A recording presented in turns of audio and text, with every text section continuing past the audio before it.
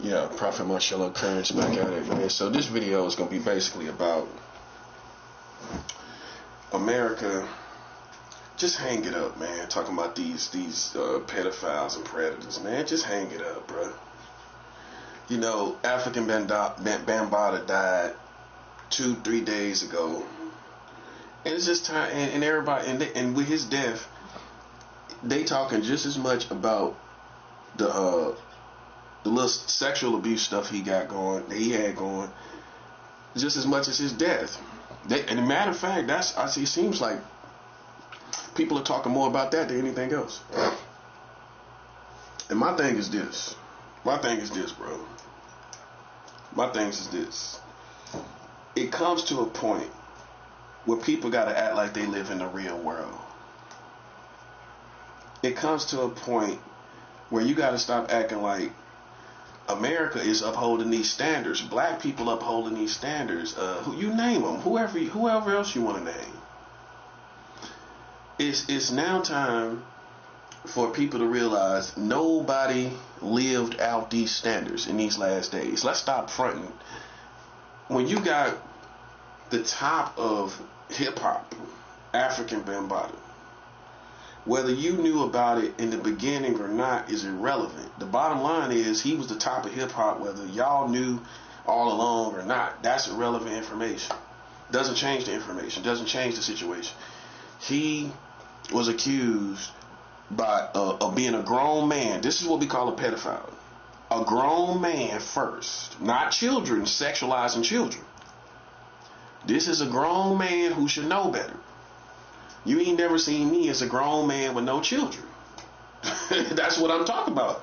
So for the uneducated person, back to the uneducated person, they don't know what a pedophile is by definition. So let me educate you. A pedophile is, by definition, not by your opinion. You don't get to make up a definition. By definition, it is a person who not have an imagination to have sex with children. It's not imaginative. It's not in your mind. You can't be a pedophile in your mind. Okay? Now, I know you would like to think so. Nobody can be a pedophile in their mind. That's just like saying I can eat food in my mind. Can you really eat food in your mind? It doesn't happen, does it? No, it doesn't happen. It doesn't actually take place, does it? So therefore, things have to take place for you to have the definition of a pedophile. A pedophile, by definition, not your opinion. Because some people use terms and they don't know the definition. I mean, it's a lot of ghetto, ratchet people. You call people pedophiles, you don't know what's the definition of a pedophile? It's first an adult that sexualizes children. It's an adult first. Got to be an adult. It can't be a child with a child. It can't be a teenager. It can't even be a teenager with a child. No, that's not a pedophile. A pedophile is an adult with a child. That's the only definition. So, because children don't know that they're sexualizing other children usually. Well, no, you don't think, let me have sex with that child, and you're a child yourself, do you? It's your peers. It's your counterparts. How are you going to be a pedophile having sex with your counterparts? Went over the head, didn't it? So, let's make it understood. The African Bambaataa, that's a pedophile. Okay? That's a person that was a grown man that started a movement, and when he attracted people to that movement, he sexualized the people that was part of that movement. That's the worst thing you could do, is to start some type of organization or business or something like that, and then when you attract children, you sexualize them. That's the worst situation. You come off as this good grand hero of music. That's why I don't want to hear it no more. That's why I don't want to hear it no more. That's why I'm not letting people accuse me, and they ain't never seen me with no child as a grown man, and that's the bottom line. See, people get goofy, man. That's the truth. Trying to do witchcraft, turning on lights, turning on air vents to try to trigger the mind psychologically. And man, I mean, well, I'm just going by my environment. All the stuff like trying to trigger people, turning on water. Listen, bro. I'm going to say it like Tommy Davidson said, the comedian. Stop all the psychological karate, man. It's psychological karate. It's psychological karate. It don't mean nothing to me. I told these suckers that I don't care nothing about that. I go by real stuff in the real world. And ain't nobody seen me in the real world as a grown man with no children. I know that for sure. I'm glad to say that's the truth. I know that's the truth. And as long as that is the situation, you know, most people gonna give me the benefit of the doubt for whatever else you talking about. You wasn't a grown man over 18 ever with no children. Okay, then everything else can be figured out. Whatever it is, we can figure all that out. But if you was a grown man, okay, we kind of expect you to we expect you to have thought like a man. And see, that's why we understand who thinks like men and who doesn't. And that's why a lot of people who are in these other communities, as far as sexuality, that don't think like a real men, they get accused of it too, because you don't think like real men. So we don't know how you think. And if you don't, usually you're going to be in danger of doing the same thing, because you don't have the boundaries of a real man. You don't have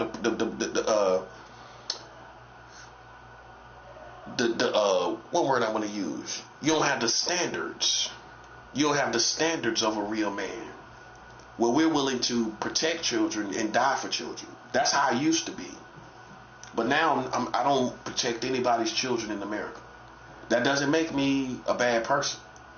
It's just when you start attacking me with allegations and everything, I'm not going to turn around and protect your children.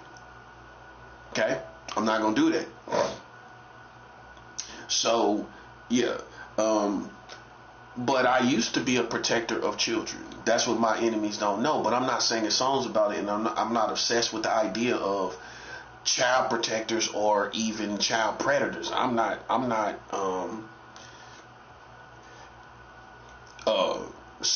obsessed with either one. I really don't think that anyone can enforce on any child predator. You can't, because it's too many people that contradict this standard that everybody think they uphold. Nobody upholds it. Now we look at African Bambaataa. You should have knew I was going to talk about that, because it shows you, man, once again, these people talking about child molesters, but look at your community. Why don't you get your community together? Yeah. He ain't the only one. It's other people, man. It's some of these people that look right in your face, even rappers. You ain't gonna never know the truth for everything they done, man. You ain't gonna never know. Some of them gonna take it to the grave. Remind you, they live very private lives. You think for the most part, right? Especially back in the 90s, the 80s, you ain't gonna find out all the stuff they did, bruh. Just forget about it. You ain't gonna find out about all that stuff. And you think they didn't, because like I said, back in the day, it was worse. It was worse as far as this pedophilia stuff go. It was worse.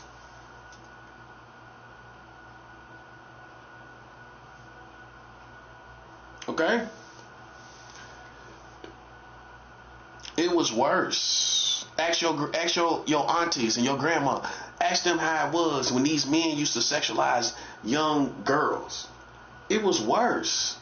The further you go back, the worse it was. It doesn't get better, because you might think the morals of the people is going to get better when you go back. It's not going to get better. You're going to see the history. It gets worse and worse and worse. African Bambaataa proves that. He was the leader of hip hop. If there was one leader, everybody would say overall it would be African Bambaataa. That's the leader of hip hop. He would be considered the leader. If you had to pick, I would say in your top 3, African Bambaataa would have to be one of those leaders. Not even top 4, not top 5, top 3. Where it makes sense as far as who's the true pioneers. It's going to be Kool Herc and African Bambaataa. Some people will go with Kool Herc and then African Bambaataa, however you want to do it. But he going to be in those top 3. Bottom line. He definitely gonna be if not number one, he's gonna be number two to Kool Herc, in my opinion. Because Kool Herc name comes up more than African Bambaataa when you talk about the first rapper, right? Kool Herc comes up first, usually, among people.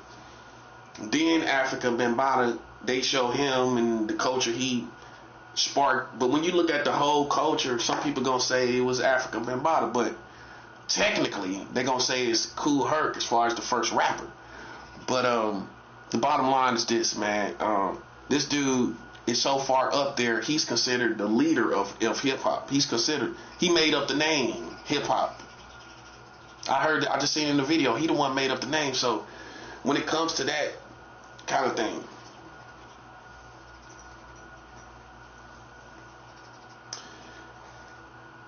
I have to acknowledge that person for who they are when you out here talking about pedophiles and you out here talking about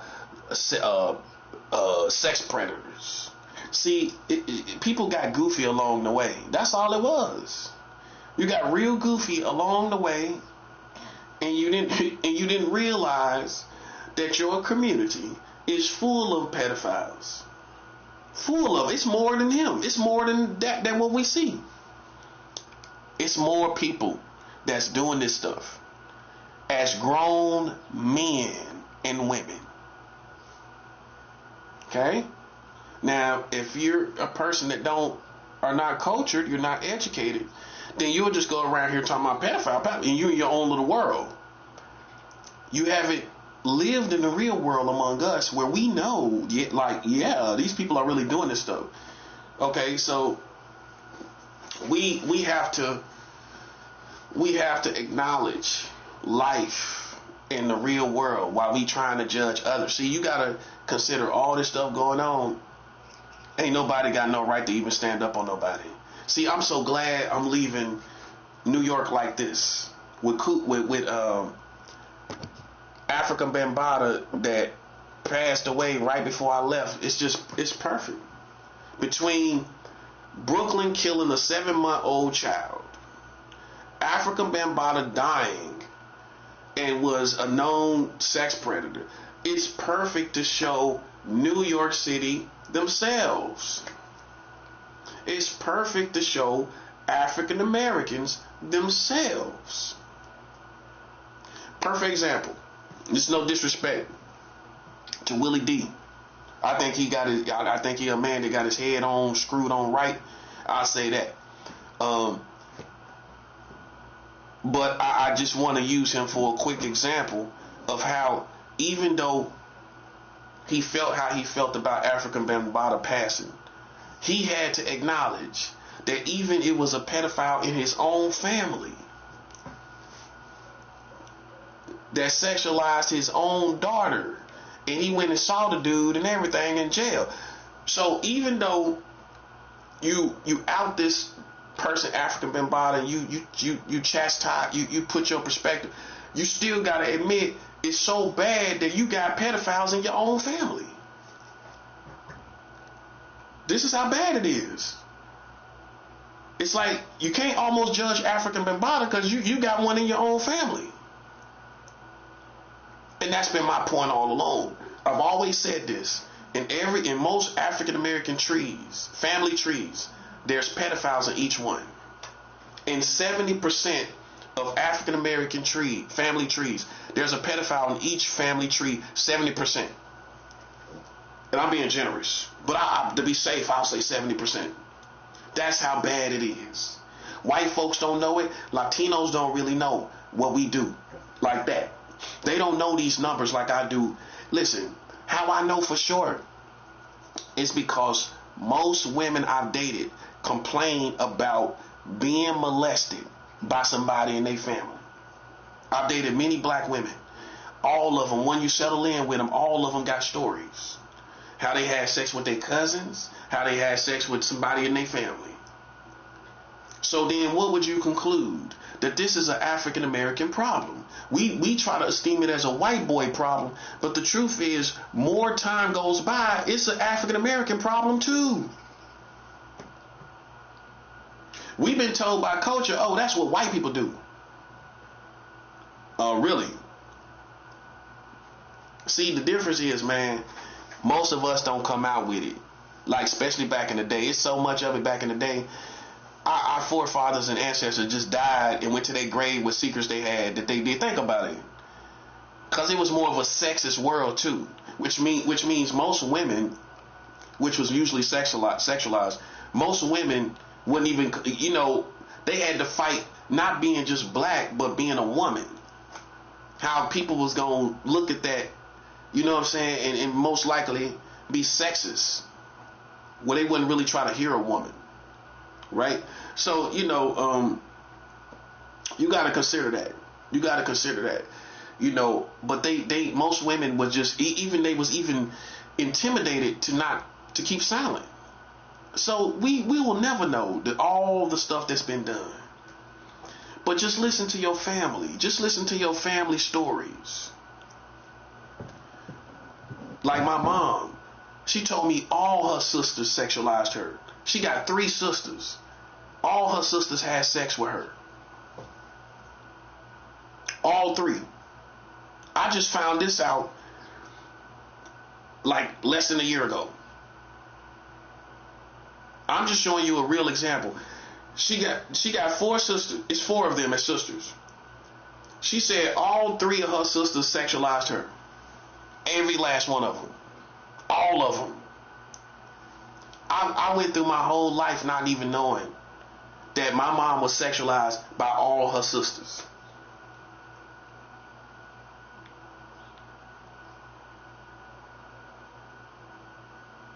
And my dad may have went through things and he ain't told me. My grandfather was raped by black men. Oh, did you know that? I said my grandfather was raped by black men.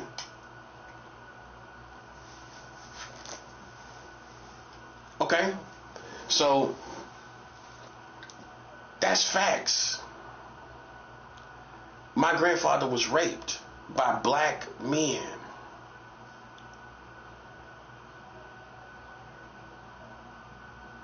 It's one thing for a woman to be raped. A man, he ain't in jail. My grandfather was raped. On my dad's side, the slave masters raped my grandmother. Hold that thought. In slavery.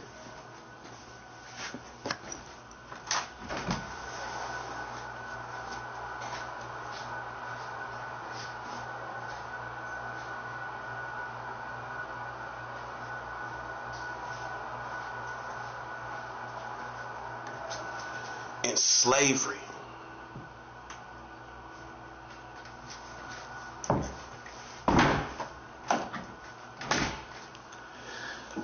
She got raped in slavery, right?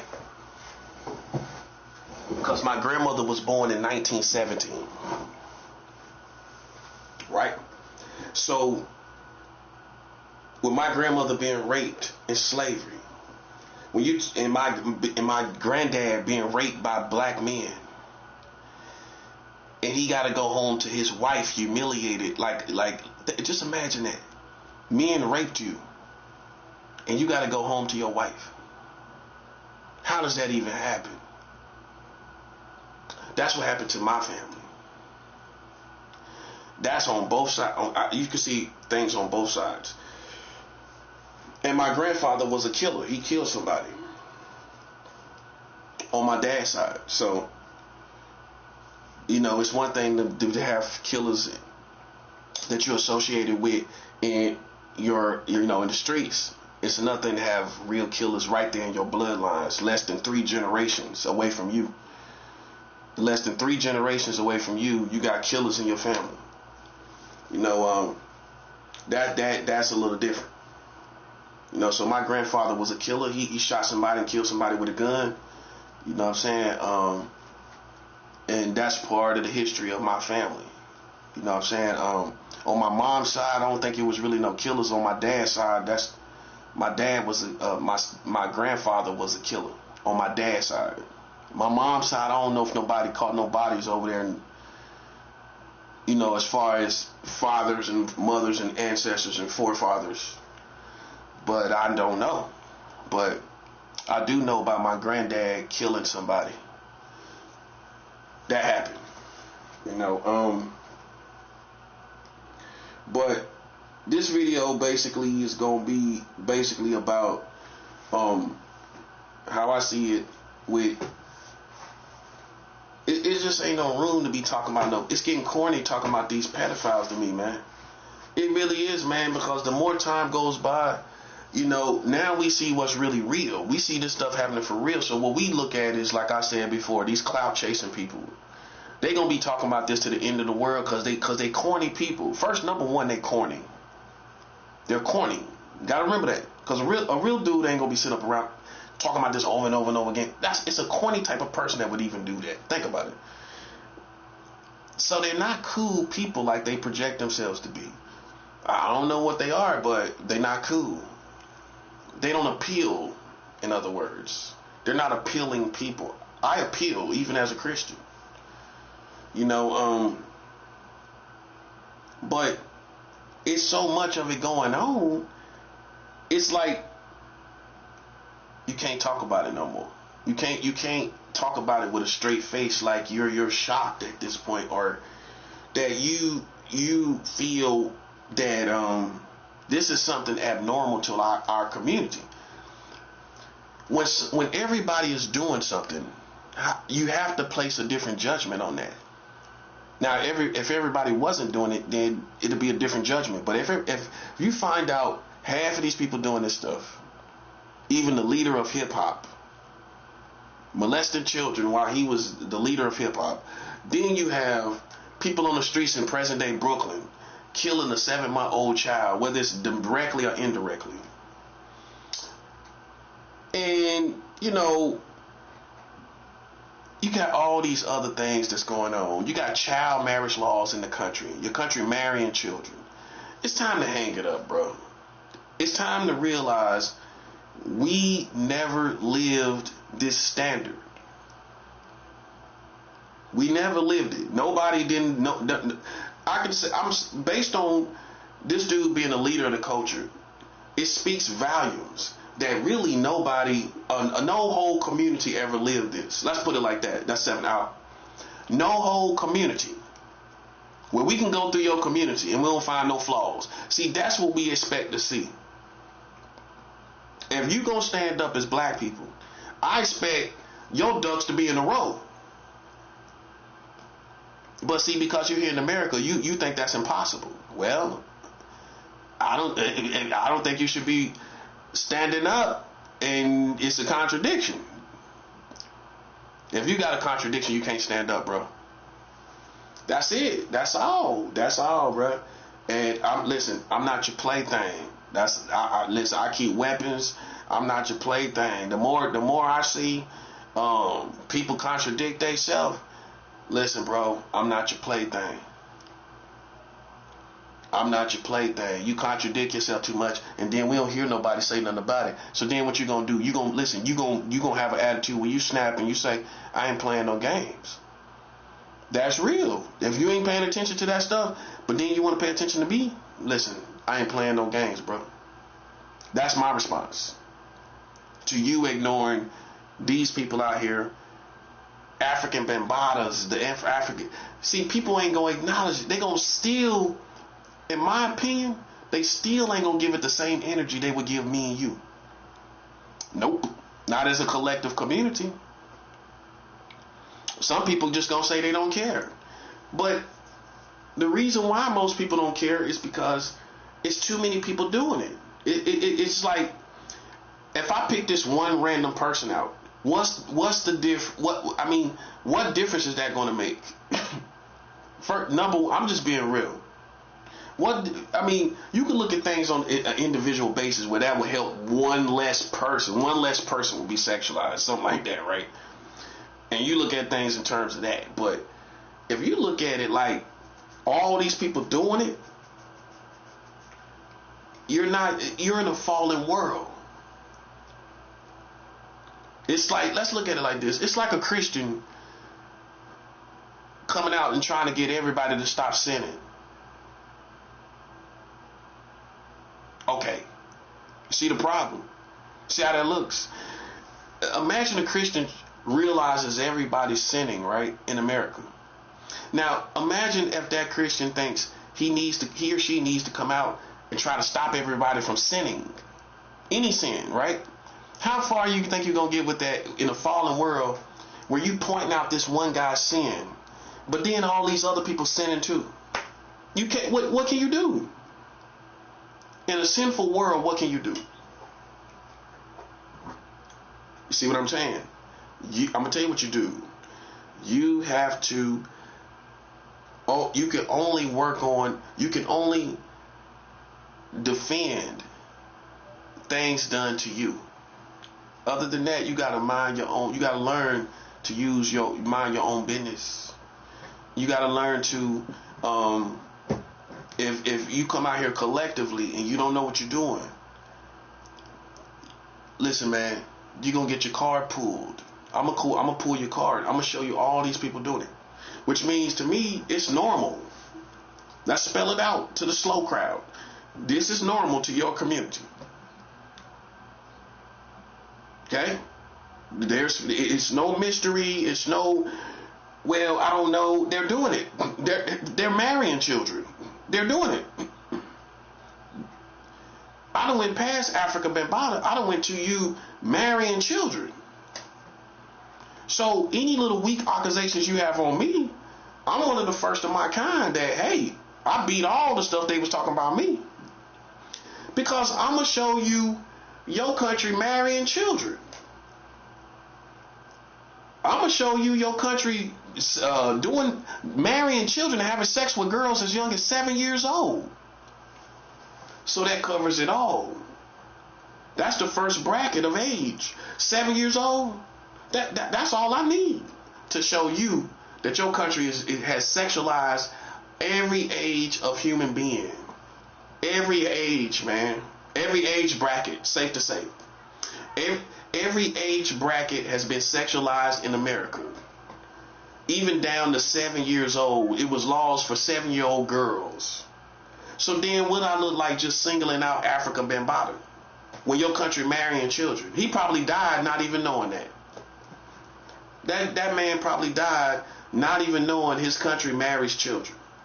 But then again, maybe he looked into it. I don't know. He might have looked into it. Maybe he did. Maybe he wanted to see the legal part of what America was doing and all of that stuff. And maybe he looked into it. But I have to assume that half of these people don't know, man. Because the first thing I would be saying if it was me, hey, well, your country marries children. Well, I don't think y'all know that. Your country marries children. Okay, so how far is that from a pedophile? Right down a couple blocks from the pedophile, ain't it? Geographically, it would be 2 blocks on the left from the pedophile, wouldn't it? Well, 2 blocks on the left. 2 blocks on the left. Hey, child marriage is 2 blocks from the left from pedophiles, ain't it? Yeah. Same age, same underage, right? So see, that's how the prophet beat all these accusations. You know what I'm saying? Because I ain't gonna let you sit back on me talking about a pedophile, y'all marrying children. I'm sorry, but it ain't gonna happen. It's not gonna happen, Captain. I ain't even gonna take you seriously as long as you got marrying children in America. As long as it's active. As long as it's active in one state. I don't care if it's one state. Because my logic is one state versus one person, I still win. Okay, you got one state. You know how many counties it is in one state? Okay, so one state versus one person, I still win. I still win. I still win. I still win. I still win.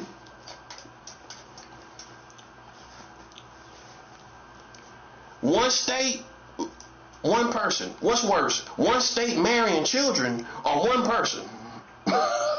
whatever they did, versus one state, a whole state of people marrying children. All these counties, you can't win, buddy. You have to accept it is a new time where that old washed up perspective that y'all protect children and y'all don't have sex with children is over. It is over, buddy. You marry children in America. So we don't want to hear nothing about no pedophiles. I don't want to hear nothing about it. I mean, you know, you can come out with it, but in the sense of, I don't know, trying to make sense of it, I'm not trying to, it is what they doing. It's not nothing, how do I put this? It's not nothing abnormal to me. So then when you treat one person, this is how God gonna look at it. When you treat one person like this, he's the world of pedophilia, and you marrying children in America, you gonna have a war on your hands. That's it. That's all it is to it. You just wanted to play with me, and I'm not that person to play with. I'm pretty sure you realize that. I'm pretty sure you realize it. Listen, you didn't think one man could be this dangerous, did you? You didn't think one man could be this militant minded. Yeah. You listen. You can't come out on me as a black man talking about pedophilia and you marrying children, bruh. It's not gonna happen.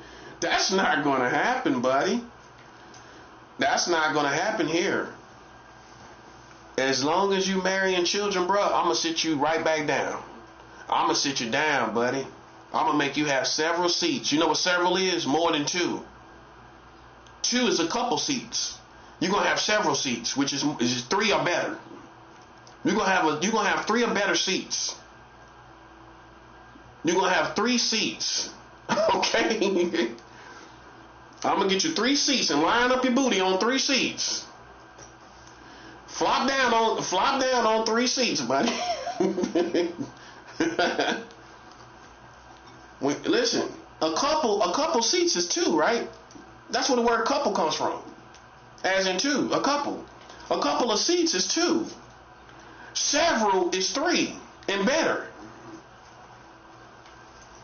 I'm just breaking down the sand. I'm just breaking down the sand, man.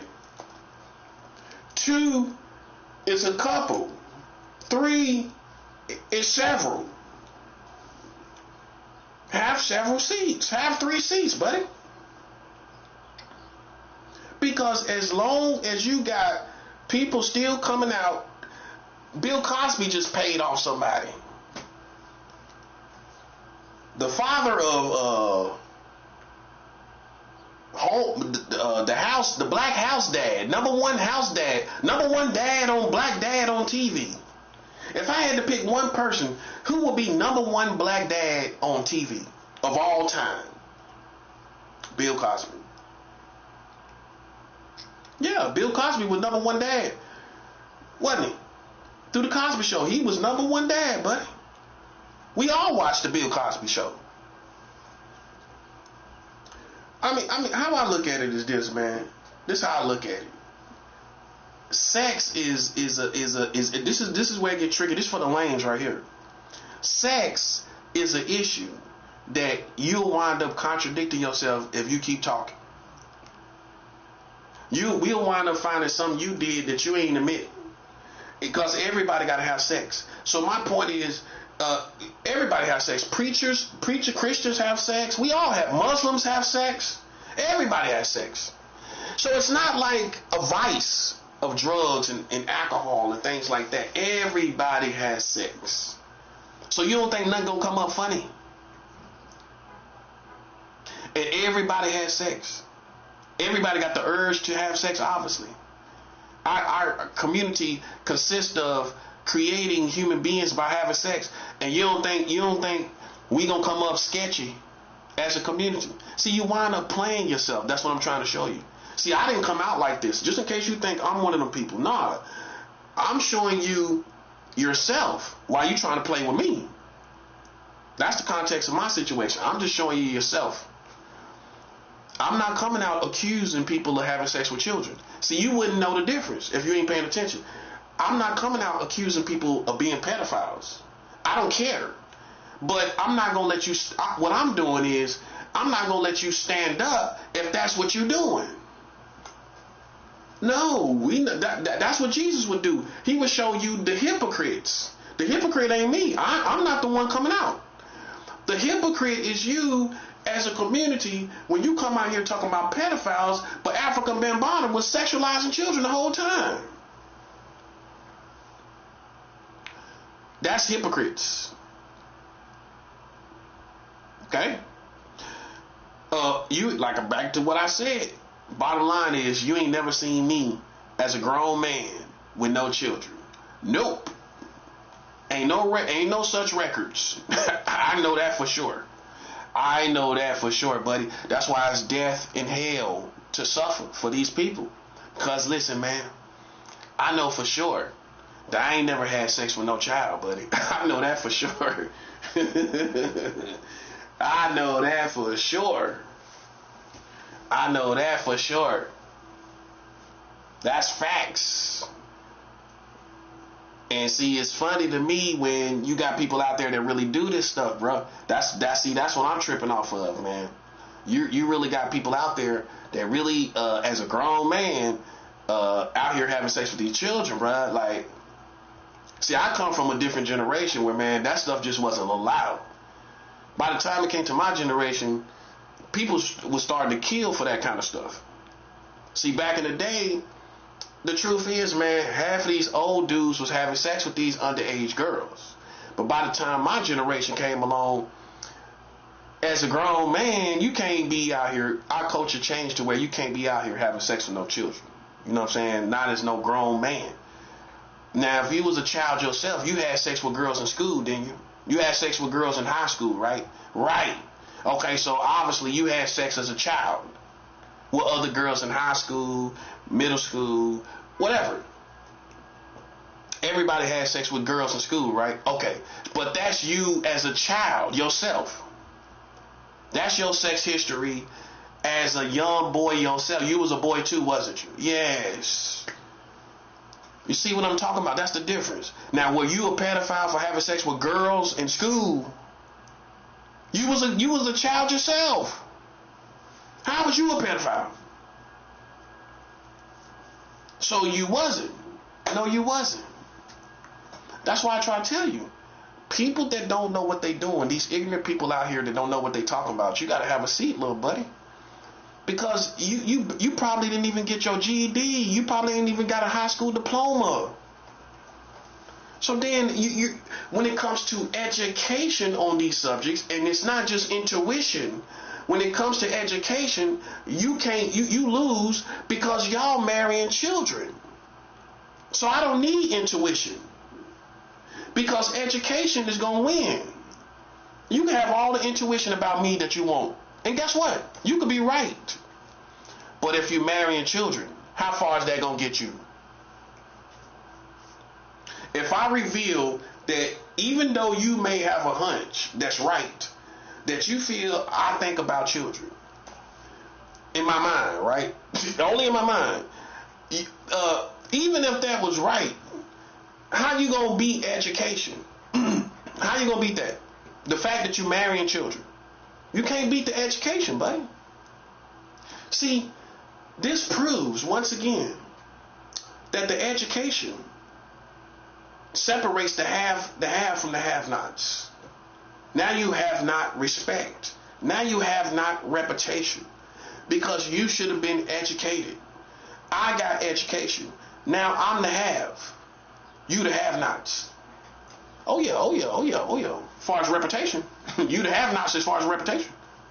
You have not reputation.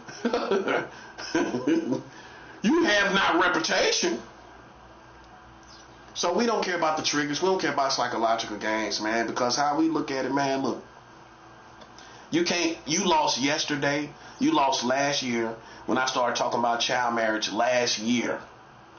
I can show you videos 2 years ago. 2 years ago. 2 years ago, you was marrying children. We talk about you marrying children. You lost long time ago. We don't care about nothing about no psychological stuff. We don't care about it. We care about you you the main one coming out here. We care about you contradicting yourself. And I ain't your friend. I'm not your friend. It ain't gonna never be right. I'm not your friend. You was the main people. Even people in this building, the whole building was accusing me, and y'all done killed a 7-month-old child in Brooklyn. Africa Bambaataa, listen, a lot of people didn't even know till he died probably. They ain't keeping up with no, they ain't looking for Africa Bambaataa. A lot of people don't even know. Especially kids. They found out, oh, he molested kids and all of that. The top of hip hop, the king of hip hop, molested kids. Now his name gonna sit right in history when they hear it now. They gonna realize who he is now, but they realize he molested children now. They now realize he molested children. And what kids gonna do? They gonna realize more and more, man, you can't stand up on nobody. See, the younger generation is gonna relate to me. You can't stand up on nobody. It's these old people that think they can stand up. A young person, a truly young person, this is how we know you old. Because a young person gonna say, how you gonna stand up on this person and y'all marrying children? No, you marrying children.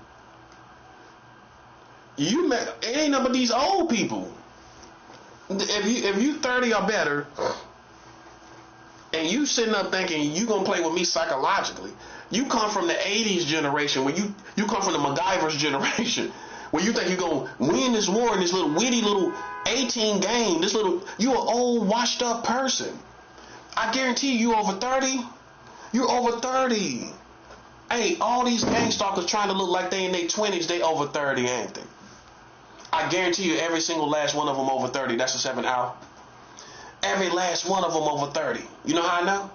Because you think like the MacGyver generation, like you're going to come out like the A-team and do this little witty little game and operation. And the young generation going to think, oh, hold up. How y'all marrying children, but y'all talking about pedophiles? I guarantee you they going to feel me and they ain't going to feel you. So ironically, the children are going to be on my side. I know that. Go tell these teenagers y'all marrying children in America. What you think they gonna say? Oh, that's kind of cool. The same age you are. These teenagers, they marrying teenagers the same age you are. Go ask them, is that cool? They can marry you, but they talking about pedophiles. They can marry children your age, but they trying to single out this one dude talking about pedophile. But they can marry children just as young as you. Grown, ugly, old men. Go ask the teenagers. I guarantee you they're going to be on my side. They're going to be ready to kill somebody.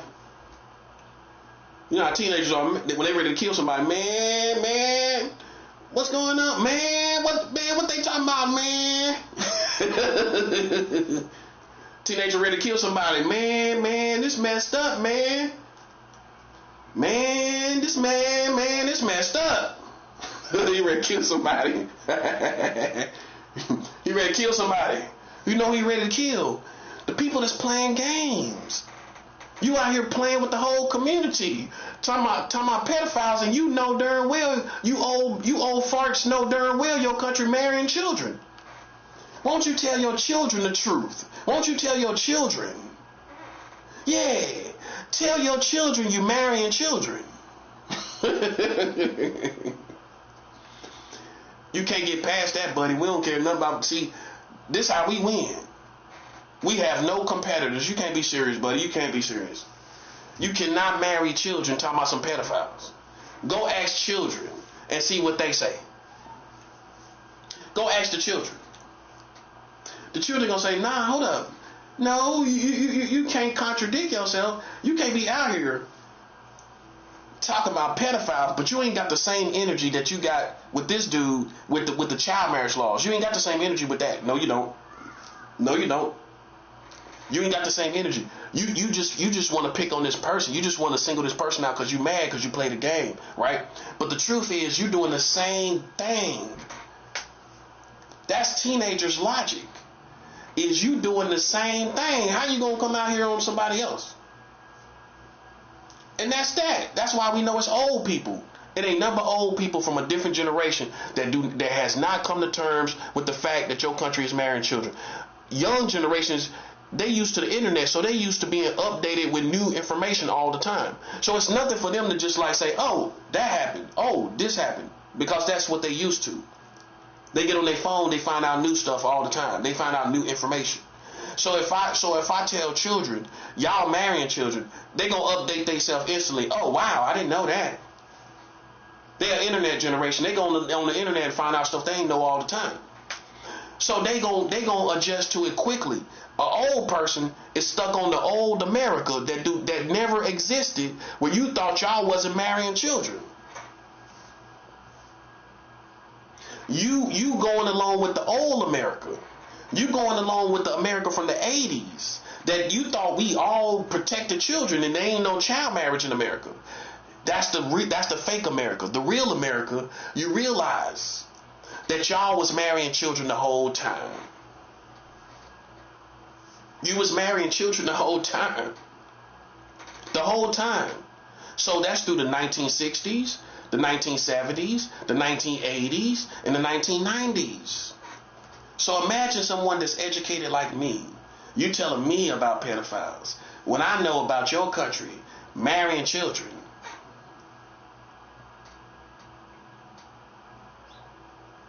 Okay? Imagine that.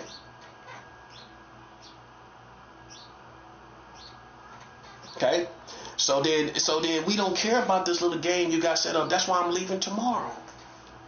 I'm leaving tomorrow because we sense every game. They got a little girl outside screaming now. They think I'm stupid. They got people that's leaving, got sounds on in the building to try to trigger the mind. I'm not stupid, bro.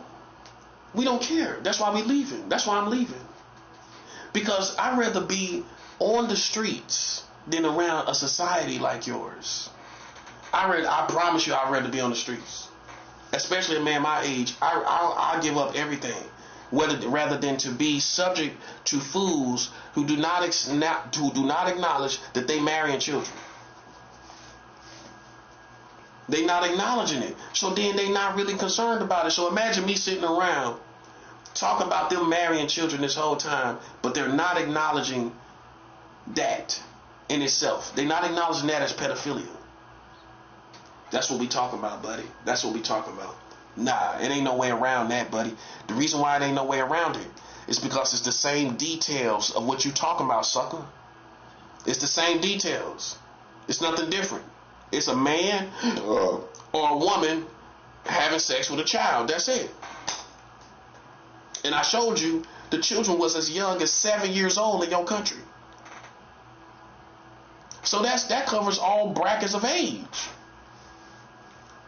See, I can talk about this with a mature mindset, right?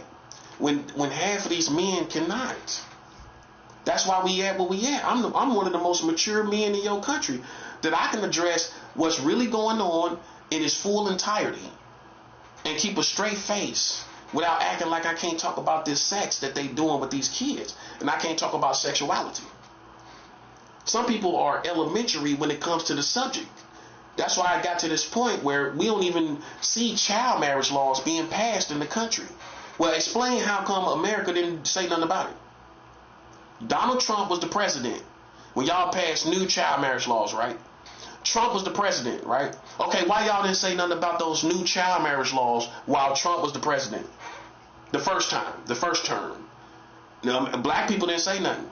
Hispanic and Latinos and white people didn't say nothing. Americans didn't say nothing. Why you ain't say nothing then? If you really protect children, well, if you was really on point about all of this, how did a whole nation not say nothing and respond to that? This wasn't secret information. This is public information.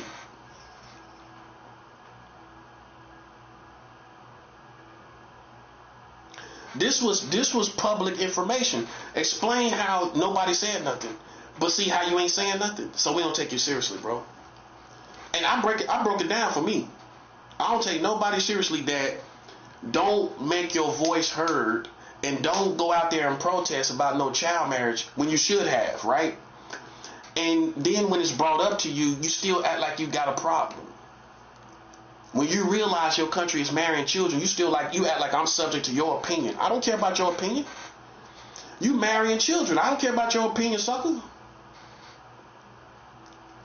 And people watching my videos. Oh, listen, buddy. I educate the police. Have you ever educated the police? Just in case you think I ain't never talking to nobody. Hey, they think I ain't never talking to nobody, right?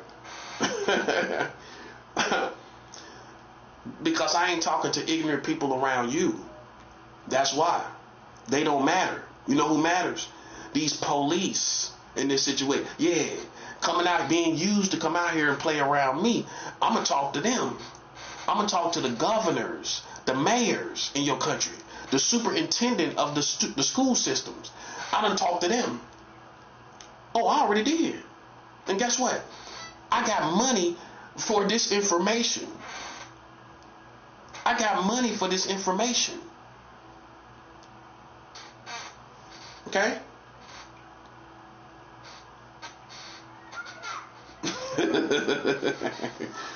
so it's that's why, man, look, we just made sure that people understand. Listen, we not gonna be played with, buddy. I'm a grown man with weapons. I'm a grown man that carry weapons. I'm not gonna be played with, buddy. Listen, I'm gonna let you know that. Listen, you the biggest clown in town. You thought it was me. No, I just got a sense of humor. You the biggest clown in town. You the biggest clown in town. Marrying children this whole time, but you out here got these children out here yelling and screaming. Yeah, can't be serious. You see how corny that look? Won't you tell your children to go in the house? They got school tomorrow. Don't they got school tomorrow? Spring break is over tomorrow, ain't it? School break is over tomorrow, ain't it? Spring break over tomorrow, ain't it? Tell them to get them school clothes ready. Get that turtleneck ready. Go get that turtleneck ready, girl. Go get your turtleneck ready. Go get your turtleneck ready. Go get your turtleneck ready. You going to school tomorrow, ain't you? Why they got you playing around me outside? I'm talking about people outside, really, literally. That's how they try to play with the prophet, but they marrying children at the same time, bro. They think I'm stupid, bro. That's why I'm leaving. I ain't gonna be playing around somebody putting kids outside on purpose like we stupid. Tell them to get their turtleneck ready for tomorrow. They going to school tomorrow. Tell them to get that turtleneck ready. Get your lunchbox ready. You got lunchbox, don't you? Get that lunchbox ready. Clean out that lunchbox. Get that debris out your lunchbox.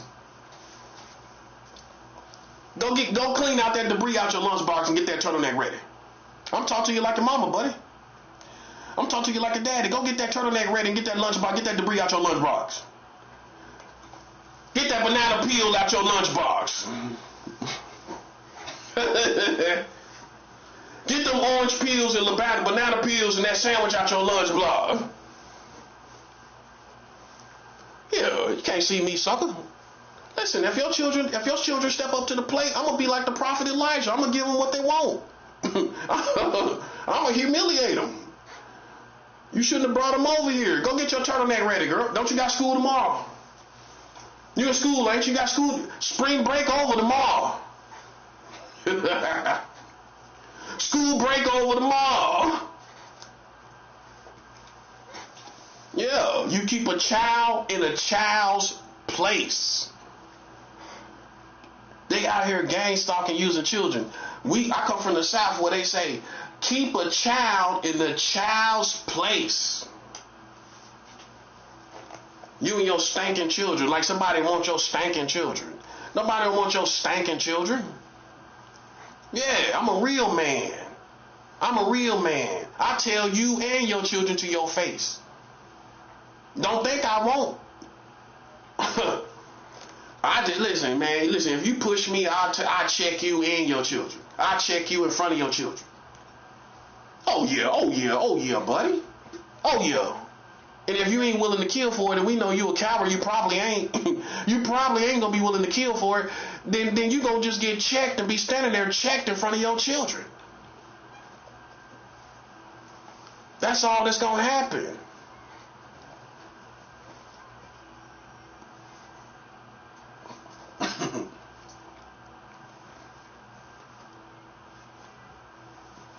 That's what we talking about, buddy. It's a real man over here. Keep your children out of my face. That's how you know I'm a real man. No, I don't want your children in my face. All the stuff you talking about with these children, guess what? Keep your children out my face. I don't want to see them. I don't want to know them. I don't want to know them. I don't want to see them. I don't even want to see your children. I don't want to smell them. I don't want to know them. I don't want to hear them. Yeah, that part too. I don't even want to hear your children. Yeah, that's real. That's what it came to. You can think I'm being nasty. I don't feel that way. I feel I'm being a man. It's time for men to be men. I ain't no boy. Okay, so don't bring your children around me, buddy. No, I don't want to see them. I don't want to hear them. I don't want to smell them. I don't even want to smell them. I don't want to see your children. I don't want to hear them or nothing. You make a whole world about children. I don't. My world don't revolve around children. And it hasn't for quite some time. My world doesn't revolve around no darn children. And listen, that's okay. It's okay. Long as your children stay in their lane, it's all gonna be all okay. I don't care. Listen, you ain't seeing me hurt no children physically, but Brooklyn is. Brooklyn out here, listen, you still using children. Ain't y'all, didn't y'all kill a little 7-month-old baby? That's a baby. That's a baby. That's a baby.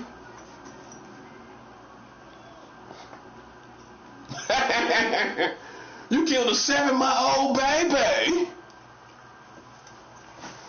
And you got little girls outside. Man, stop playing with me. See, that's retarded, bro. That's what I'm trying to show you. So, we already know, buddy. You a clown. You a joke. At this point, you just a mad man gone corny. You a corny man gone mad. That's the best way to put it. That's the best way to put it. You a corny man. You and your children corny gone mad, ain't they? You corny gone mad, ain't you? Oh, you thought you would fight me at the last day with a little girl outside? The same little girl you was using in the backyard. Same little girl you using in the front yard, you was using in the backyard. Using the front yard, using the backyard. You ain't think I knew, did you? You ain't think I knew, did you? Yeah, you little bastards. Using little children for psychological games. Like you flattering your children. Nobody want to just have sex with your children. Oh, I'm going to call it on out. I'm going to call it on out, buddy. I'm a real man. I don't have no problem acknowledging what you're insinuating. You're insinuating that. That's the insinuation. Oh, what other insinuation it is? You act like I want to have sex with your children. Nobody want to have sex with your stinking children, bro. You know what children smell like? Feces and urine. Imagine me wanting to have sex with a child that smells like feces and urine. That'll never appeal to me, buddy. I have a son of myself. I put a child in the world myself. So I'm not one of these gay dudes that ain't never had no kids. Yeah, so then I'm in the real world as far as how I see kids. Ain't nobody want to have sex with your stinking kids. See, when you gay, you sterile. You got to be, oh, well, I'm super nice towards children. I'm not. I'm a parent. I send money to my son. I'm a parent. I'm not super nice towards children. I believe in keeping the child in a child's place. And see, you a gay person that's sterile. Ooh, protect the children. I'm going to go read books to them in school, and then I'm going to dance for them. Hey, gay dudes dancing for children in school, ain't they? Let's talk about it. Why these trannies dancing for children in school if y'all ain't pedophiles? Oh, what the dancing is all about? Why you dancing in front of children? Why is you dancing in front of children? Why is you dancing in front of children? Why you dancing in front of children, bro? Yo, why is these transsexuals or cross-dressers, whichever one they were, why is they going to school dancing in front of children, bro? What's the explanation? What does that mean? It's a sexual dance. I seen it. I seen the dances. Funky dances, putting butthole all in the air. You putting nothing but butthole, all that butthole in the air. You putting butthole all in the air, man. Well, think about it from an animal's point of view. An animal can smell from miles away. You putting butthole in the air, bruh. You putting butthole in the air. Why you putting butthole in the air in front of children? You putting butthole in the air, bruh. But you calling people pedophiles. But ain't you putting butthole in the air, bruh? You dance in front of children. I don't dance in front of children. But you putting butthole in the air. Come on, stop playing, bro. Stop playing. I tell the truth. Listen, I'm a grown man. I tell the truth. I can live with everything I'm talking about. Because it's been time for real men to be men and stand up and talk like a man about this stuff. Putting all that butthole in the air talking about a pedophile. Ain't got nothing but butthole, no vagina, all butthole, putting butthole in the air. And then if you do got a vagina, it smells like a Band-Aid, like the skin smell that's been bandaged by a Band-Aid. The vagina smells like it's been bandaged by a Band-Aid. It don't smell like a real vagina. It smells like it's been bandaged with a Band-Aid. We talking about real vaginas. You ain't got one. You putting butthole in the air. You going to dancing in front of kids putting butthole in the air, bruh. And then you talking about pedophiles. Okay, well, why you dancing? What's the point of dancing in front of the children? You don't think some of them children getting turned on while you dancing in front of the children? Well, who are you to say that? You doing all these provocative dances, putting butthole in the air. You don't think these children are getting turned on?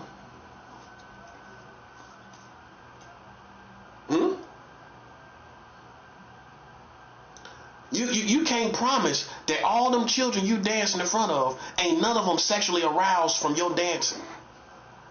No, this is what real men supposed to talk about. Yeah. This is the logistics. I'm going into the logistics of this. Oh, I know I'm good, sucker. I know I'm good. You not good. Sitting up here going to school, dancing in front of children, talking about and your community around you that's gay talking about pedophiles. But you ain't checked your own community over here marrying children, over here having sex with children. Over here dancing in front of children. You ain't checked none of that. You ain't checked gay people dancing in front of children. Oh, why gay people ain't checked that? Why Elton John didn't say nothing? Why RuPaul didn't say nothing? Why all these other gay people didn't say nothing? Huh? Lil Nas, why he ain't say nothing about it? These people dance. Oh, he too busy running outside halfway naked. Done messed up all his reputation. First little gay dude got taken seriously, done messed up all his reputation.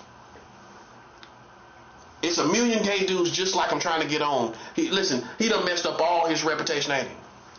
I guarantee his gay dudes right now in the studio right now, ain't it? Oh, come on, let's keep it real. I know that. And these days, everybody think they gonna get on. Lil Nas got on and ran outside in his underwear, bruh. Lil Nas got on and ran outside in front of the police. Could have got his head shot off. Well, the police, listen, they killing people like that these days. You should have told Lil Nas before he ruined his reputation. Because most classy gay people ain't gonna have no love for him no more. No. Cause they see you as ratchet. That's ratchet. That's funky. How you outside in your underwear and you worth millions of dollars? You or if you not worth millions of dollars, you got $1 million potential. And you can do gigs and get money, you can get bread. How in the world you wind up outside in your underwear?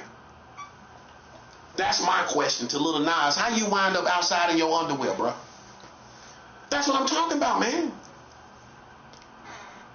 He got money, got fame, got everything. Everybody know who he is. How you wind up outside with in your underwear, bruh? And then took off the underwear. How did that happen?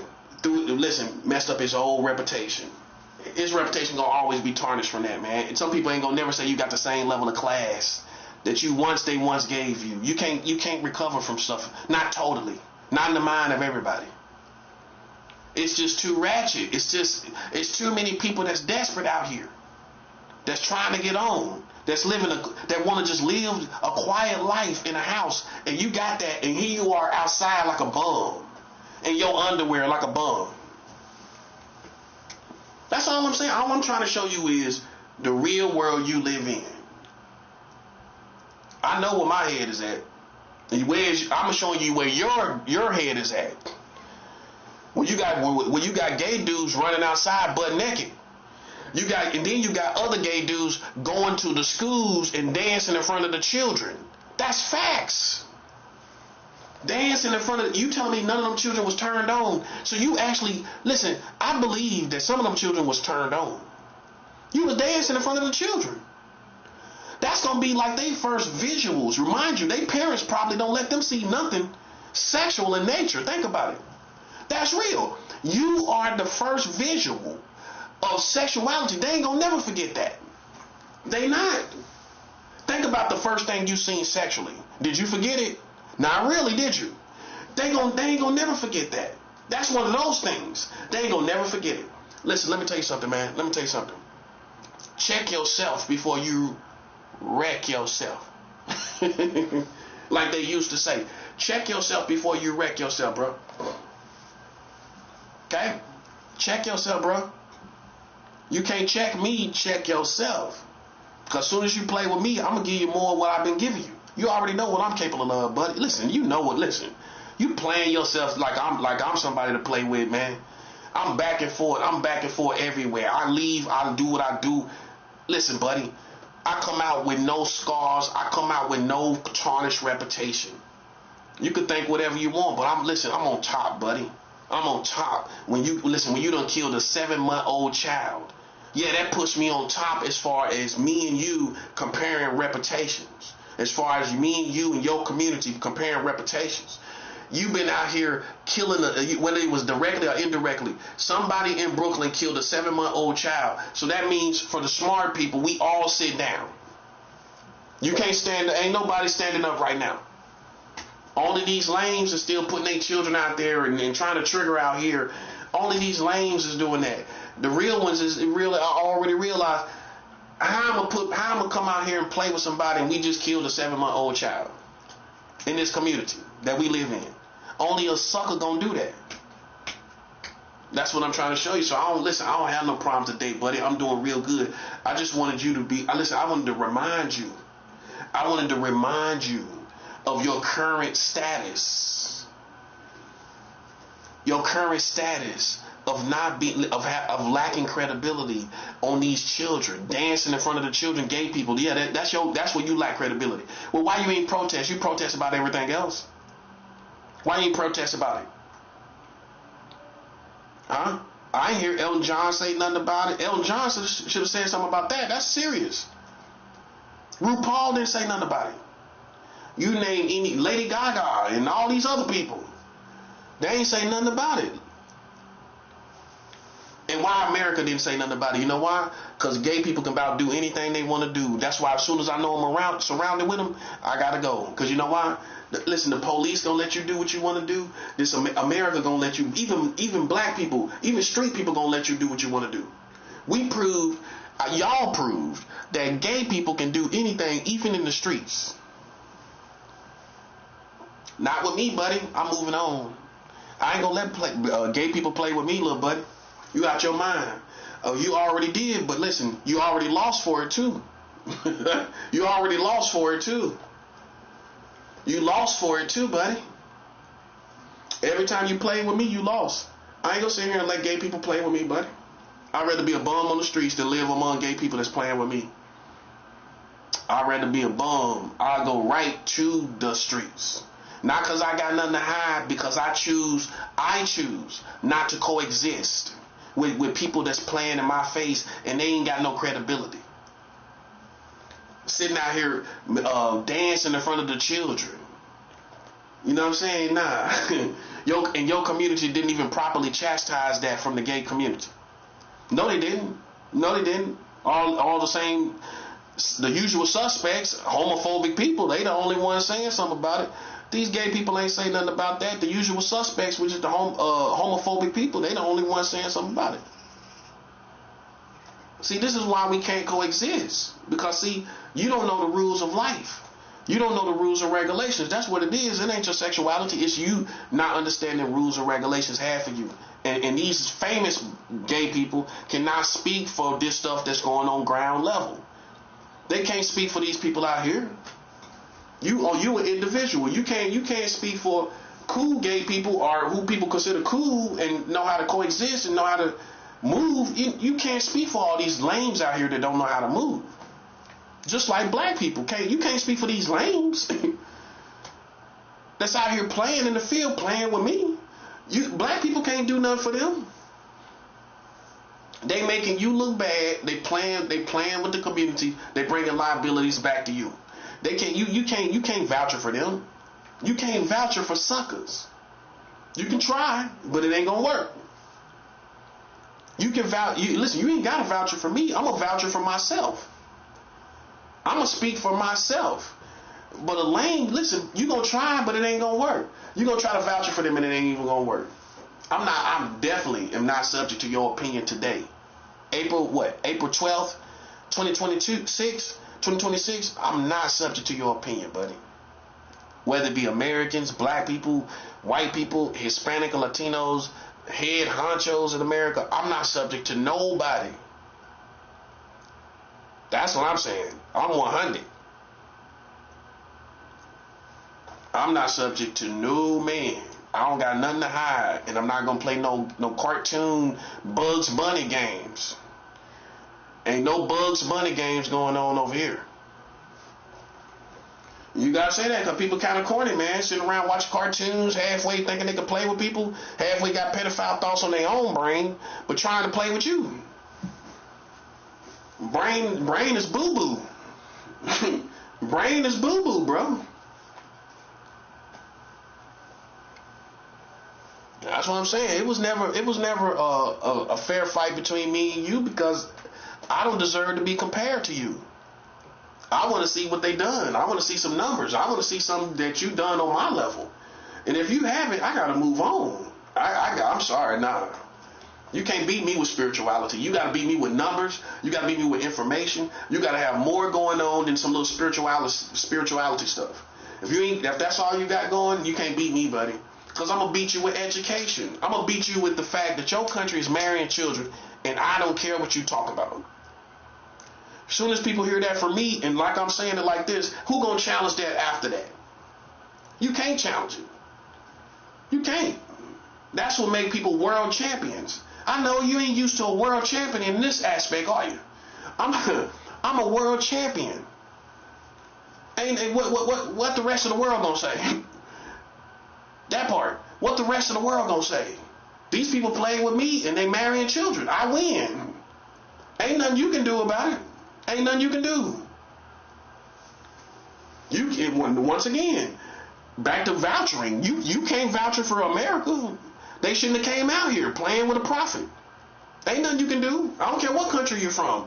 You can't say nothing. You can't vouch for them. They marrying children and coming out here like they didn't know they was doing it. They didn't know they was doing it. Did you know? If you're not from America, these people didn't even know they was marrying children. That's how pathetic it is. That's how pathetic it is. They didn't even know they was marrying children. How is that possible?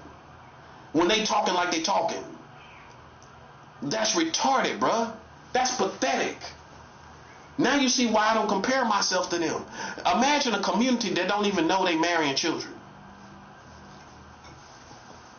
Imagine a community that don't even know they marrying children, bruh.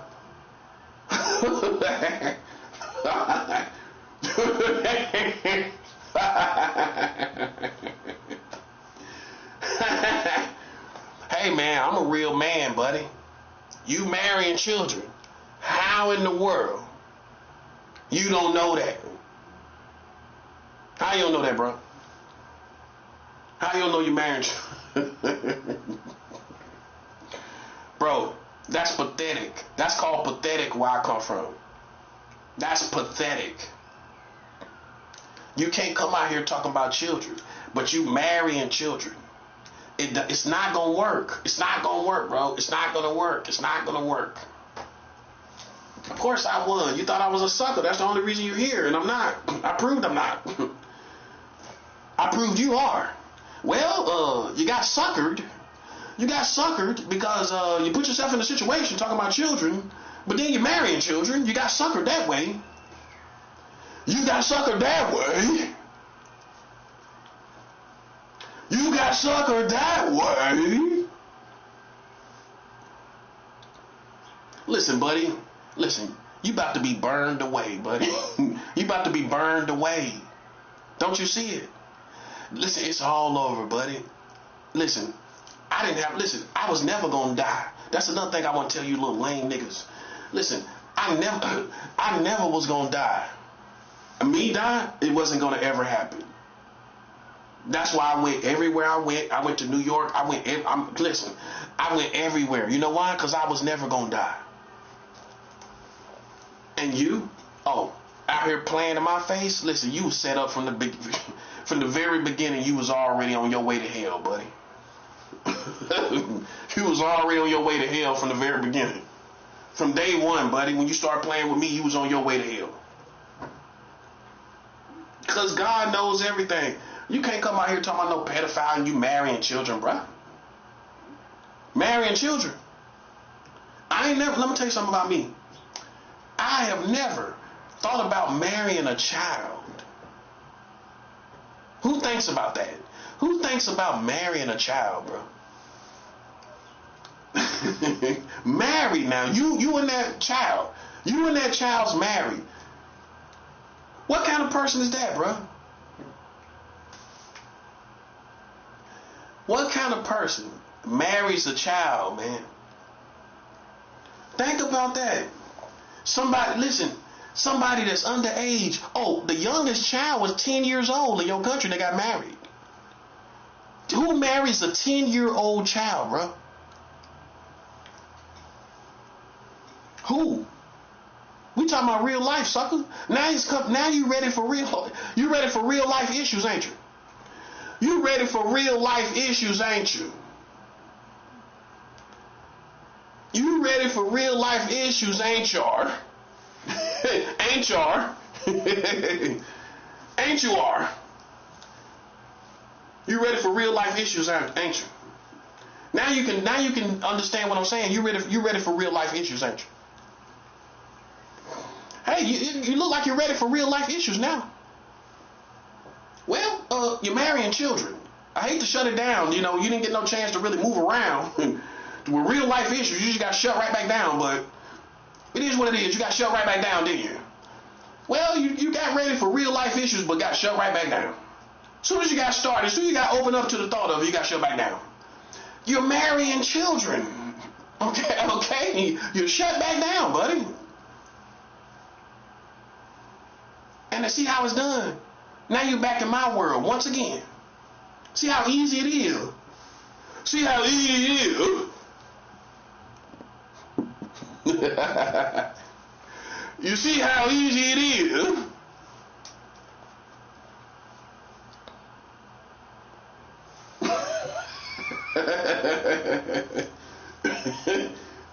Hey, man.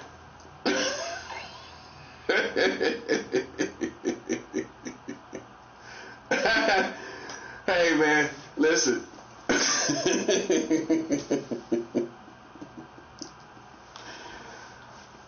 You know why I'm laughing? You know why I'm laughing? How in the world you gonna come out here in America? You now, not me. You. How you gonna come out here? And you ain't know you was marrying children, bro. You ain't know you was you didn't know. You didn't know. How you gonna come out here talking about children in the 21st century? You got the internet, you got phones, you got all of this stuff. You got the whole you got library internet access. You can get internet access at the library. You can get internet access at the library. How you come out here talking about pedophiles in the 21st century? You're in the 21st century where they passed new child marriage laws. Did you know that? Did you know that? They passed new child marriage laws. You knew that. Now, how can you bring yourself in your right mind and heart and soul, a person with a real human being? How can you bring yourself to play with me in my lane, and y'all marrying children? If you knew that, how could you know that and do that? How could you know that and do that? See, all the black man got to do is apply himself, and it was over. Anything we apply ourselves to, we excel exceptionally. When I applied myself to politics, it was over for all these dumb white people. And all these dumb black people too. Oh, because we excel exceptionally over them too. Black people too, yeah. Well, when you play basketball, who you beating? Who you beating? I'm beating other black people. Well, I excel exceptionally over black people too. Just like a basketball player. I excel exceptionally over other black people, just like a black basketball player. Oh yeah, that's part of it, buddy. Oh, that ain't part of it. It is part of it. I excel exceptionally over other black people. No different than the black basketball player. He beat other black people, though. I beat other black people too. You know how I dunked on them? I dunked on them with child marriage. You got dunked on. You got dunked on. And then we find out you killed a 7-month-old child. Everybody know about that. All over the country. So all the real assassins ain't gonna do nothing to nobody now. Man, listen. How you gonna be marrying children and an assassin gonna come out here and do something? Nope. It's not gonna happen, buddy. I'm gonna be A-OK myself. I'll never be killed by no assassin. I'll never be killed by nobody like you wanted me to. That's not gonna happen, little buddy. Listen, ain't nobody in the real world gonna let it happen. Because you marry children, sucker. You just killed a child, 7 months old. They ain't probably had the funeral yet. Have they had the funeral yet? They probably haven't. Or maybe it was the day. But they probably ain't had the funeral yet. Africa Bambaataa just died, didn't he? A couple days. They definitely ain't had his funeral yet. And then he molested all them children. He did, didn't he? See, that's to remind you right before I leave. You don't look at it that way, do you? Oh yeah, oh yeah, oh yeah, oh yeah. Guess what that is? You know what that is, buddy? You know what that is? To remind you, New York, right here where we at. To remind you of one of your own, one of your greatest leaders. We all know that. Listen, call it how it is. One of your greatest leaders in the black community right here in New York City. One of your greatest leaders by anybody's standard. If we wouldn't talk about that child molestation by anybody's standard, he probably could have got the key to the city. He might have had it.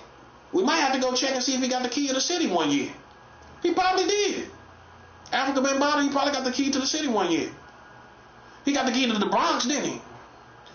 I bet he got the key to somewhere, didn't he? He was up for it. He was eligible for it, wasn't he? He was eligible for the key of the city, wasn't he? He was a contestant, wasn't he? He was a contestant, wasn't he? He was a contestant, wasn't he? Hey, hey man, look. How do you think that's a coincidence? I'm leaving tomorrow, right? Africa Bambaataa dies 2 days ago. It'll be 3 days tomorrow, right? You think it's a coincidence to remind that, and you're reminded of the pedophilia that you did in your own community? One of your greatest leaders right here in New York. You think it's a coincidence he died right before I left? It's not. See, this is a real spiritual war. And listen, the chess moves that's going to be made is for you to understand who you are. You think it's a coincidence that a 7-month-old child got killed? It's not no coincidence. It's all chess moves to show you who you are, buddy. That's all chess moves to show you who you are. Because you out here playing yourself. Out here talking about child molesters, but out here killing children. We tired of the contradiction. It'd be one thing if you wasn't contradicting yourself. Ain't no way in the world you're going to sit up in my face and contradict yourself and try to see me. You tripping. Tripping hard, buddy. You tripping hard, buddy. You tripping hard, buddy. The white man didn't know it was like this, did he? Well, I ain't know they was like that. I ain't know they was like that. He right. That boy good. That boy good.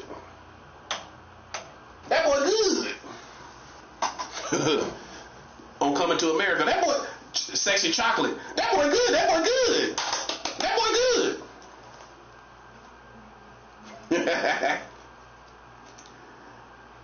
I believe the children are the future. Hey, that's what Sexy Chocolate was saying, wasn't it? Let them lead the way.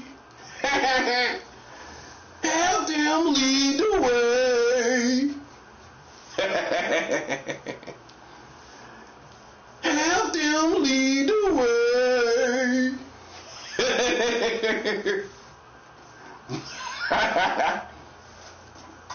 I believe the children are the future. We have them lead the way.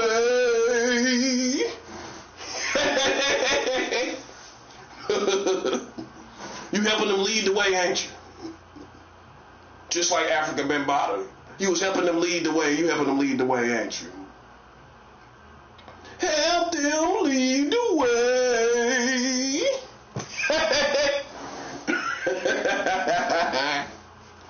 You Sexy Chocolate, ain't you? That's sexy. That's Sexy Chocolate, ain't it?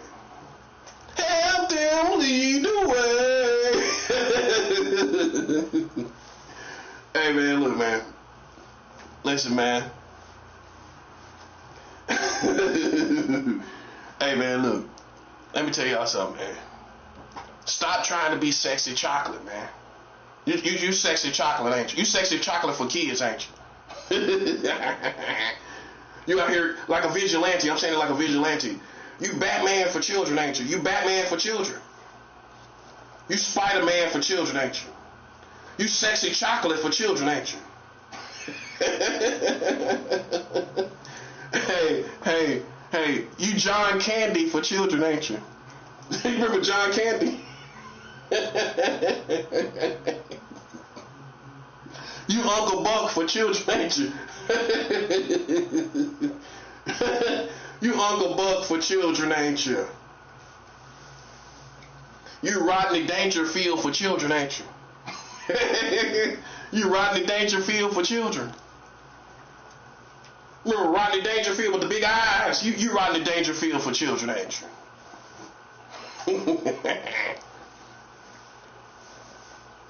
As to say you're a vigilante, you like a vigilante for children. You listen. You Wolverine for children, ain't you? You Wolverine for children, ain't you? You Gambit for children. You Professor Xavier for children, ain't you? these bald-headed secret society members. Listen, you Xavier for children. You Xavier for children, ain't you? You Professor Xavier for children, ain't you? You Professor Xavier for children.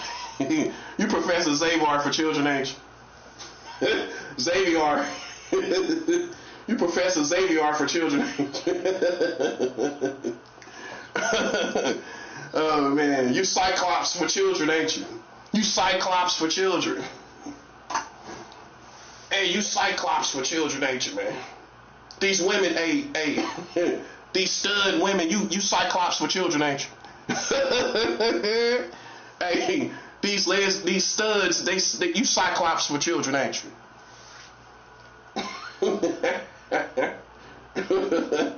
Hey, well look, I'm not Cyclops for children. I'm not Cyclops for children, bro. I know, no. See what you get yourself into? See what you get yourself into trying to be out here for these children? We learn from you, buddy. See, people thought they learned from me. Oh, don't do that. They probably told them, don't talk like him. Black people, you know how black people are. Don't do that. Don't. No, who y'all thinking about that now with? Hey, look. Y'all telling them like them people out there, hey, don't come out here for these children. Don't come out here for these children. Don't do that. You can't. You can't, bro. You got to know what you're doing. You got to know what you're doing, buddy.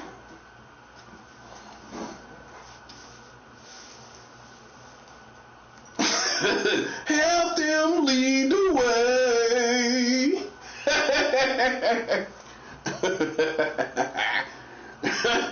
I had to do that one more time.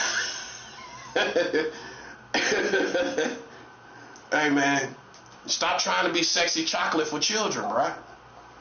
Stop trying to be sexy chocolate for children, man. You sexy chocolate for children, ain't you?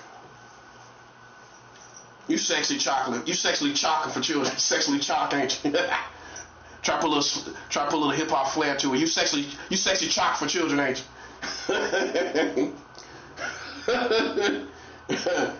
Hey, man. Stop trying to be sexy chocolate for children, bro. You know the type. He out here smooth, dressed good, got his rings on, smelling good. Oh, I'm out here to protect the children. Sexy chocolate for children. Come on, man. Stop trying to be sexy chocolate for children. You played yourself. You played yourself, bro. You can't be out here trying to be no sexy chocolate. Sexy chocolate for children. Yeah, I'm sexy chocolate for children. Give it up to him. Give it up. That boy good. That boy good. That boy good.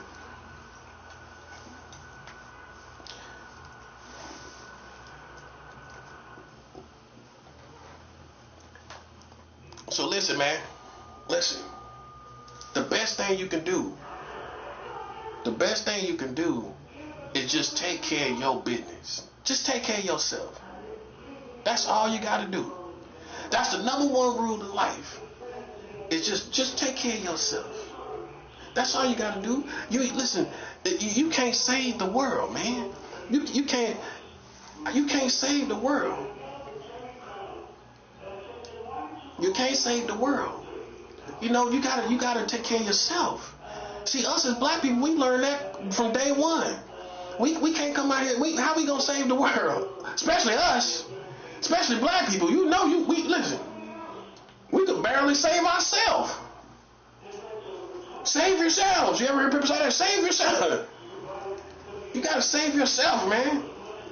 Nah, that's serious. In this world, you gotta save yourself, man. You can't come out here trying to be some type of vigilante for children, bro. You wind up playing yourself. You wind up playing yourself, bro. That's why I'm good people, but People know that, man. I'm from North Carolina, man. How I'm not good people? How I'm some weirdo? That's ridiculous. Anybody know that? Anybody from Charlotte, anybody from North Carolina, they know, nah. Anybody from New York, black people, don't say, hey, North Carolina, nah. That don't add up for a person to be like that. What y'all talking about? Nah. What happened, you got used by his brother, and he already done told you him and his brother was good. So then whatever it was, our people, we don't get together with people that hurt us, that really hurt us in the full context of what you've been told. In that definition, what you've been told, he wouldn't have embraced his brother again. That wouldn't have happened. The bottom line is him and his brother got together. So who are we to go back when the one of them get mad? But they've been together the whole time.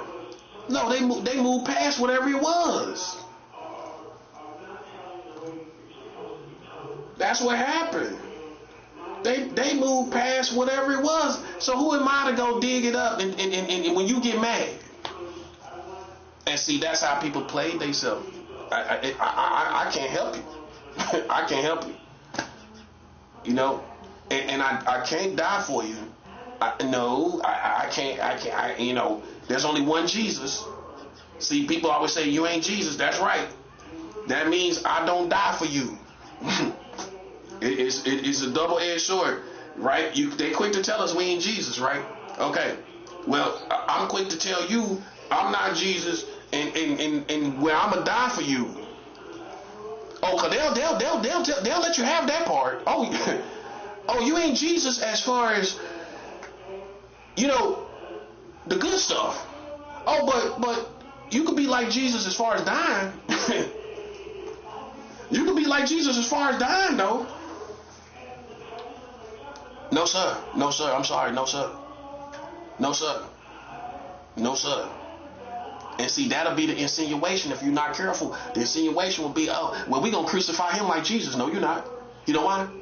Because Jesus said, it is finished. When Jesus said it is finished, that means ain't nobody got to add to it. That means my death is not adding to help for, no. So see how it don't make sense? But it's a lot of people sit up and think well, that person gonna die like Jesus. Did I die like Jesus? I didn't, because that wasn't God's plan. Jesus is the Son of God, right? That was finished when he died on that cross. It is finished. Okay? And now nobody's gonna die like Jesus. Okay, you get what I'm saying, right? Nobody's dying like Jesus. So see, people gonna wind up getting their feelings hurt playing around God's people, man. You're gonna see how real it is. You're gonna see how real it is, because I think some of these people think, oh well, you know, a religious person can die. Okay. Until you play with a spiritual person, you wind up playing with a spiritual person. You realize it get real quick. It get real quick, don't it? And if you a clown and you want to poke the bear over and over again, listen. I know what I'm dealing with. These are the type of people that like to poke the bear. They like to play around. They like to see how far they can go with this. Okay, buddy. Listen, man. God gonna show you how far he's going. Listen, he gonna show you how far this really can go. I don't think you realize. You ain't seen half of it. All you gotta do is watch a good post-apocalyptic movie where everything is in despair. Let me pick one for you. Let's see here. No, I'm getting old. Let's see here. Let's see here.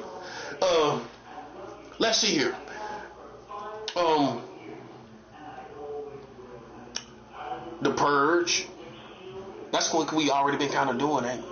The Purge. 28 Days Later. Doomsday. The Walking Dead. Oh, that's what I was really looking for. The Walking Dead. Remember The Walking Dead, the series? They gonna be around here like the Walking Dead, jumping gates. You gonna be jumping gates like the Walking Dead, jumping gates. You gotta jump a gate. You gotta learn to jump gates. You gonna learn to jump gates. Listen, man. This can turn into the Walking Dead. I'm serious.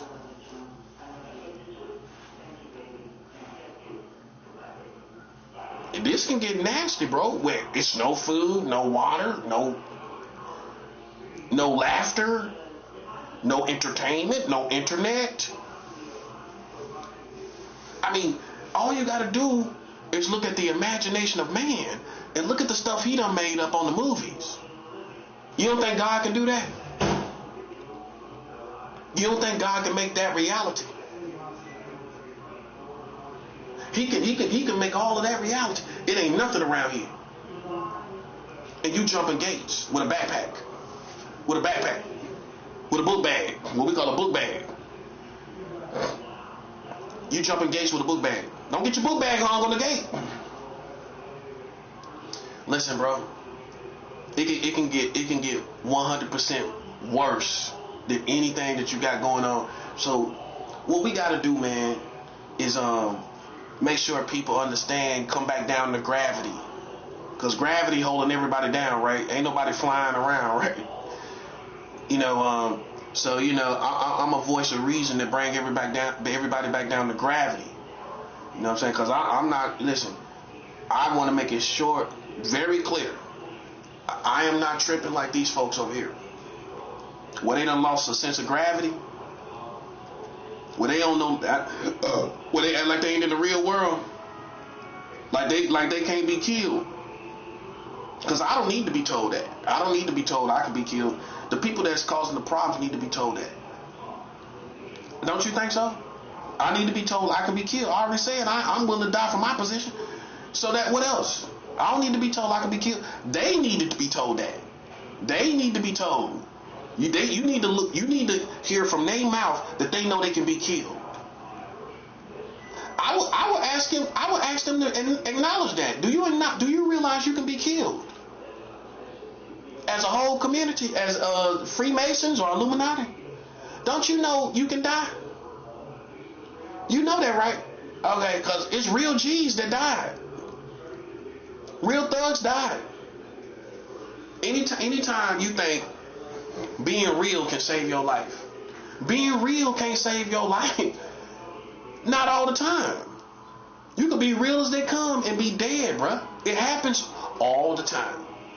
See what a lame don't realize is that even when you get up to being real, guess what? You still can die. You can be real as they come. The graveyard is filled with a whole bunch of real niggas. That's food for thought.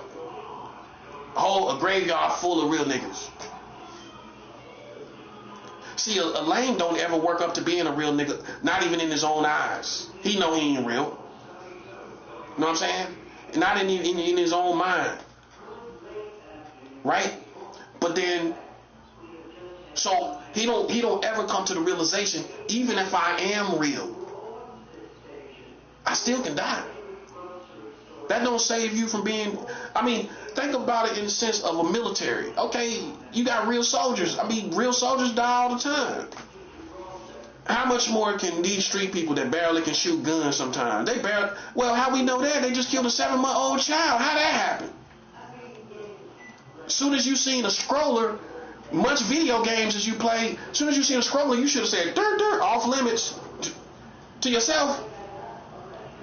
As soon as I seen kids, I huddle a kid and the people. But see, some people, man, I'm telling you, half the times they high. They smoking weed. If you don't think weed is a problem, I want you to hear this. If you don't think weed is a problem, what I want you to realize is that most of these people out here tripping off of nothing is high on weed. They high on weed. It makes for black people, we know this. Weed makes arrogant people. Ooh, weed. Somebody high is so arrogant. If they a person that's high off about 2 blunts, arrogant, these days, that's all it takes. Arrogant, bruh. And that determines a lot of this stuff that's going on out here, bro. I'm telling you right now. Like I guarantee you, them dudes that killed that little girl, that baby, that was a baby. I guarantee you that them dudes was high. How I know they was high? How they get hit by the car? You see the car coming down the street, bro. They didn't just turn the corner. If you look at the surveillance, these dudes went past the car, right? How they hit the car and you seen it coming down the street, bro? Come on. They was high, man. I guarantee they was high. You could tell even how when they fell, how they got up. They was high, bro. Real high. I think so. Oh, they was sober. I bet they wasn't. Dudes like that, you think they sober? You didn't think about it. I did. I guarantee they was high. I guarantee they was a little high. Man, how you on the bike and you hit the car? How you hit the car, bro? They was high, man. Think about it. They was high. I guarantee they was high. If you wasn't high, then what you would have did, when you scanned and seen people, you would have scanned and seen the baby, the scroller, and everything. You would have seen the scroller, and you would have said, okay, nah, we can't do nothing right now. See, a real killer gonna say, nah, we gotta hold that off.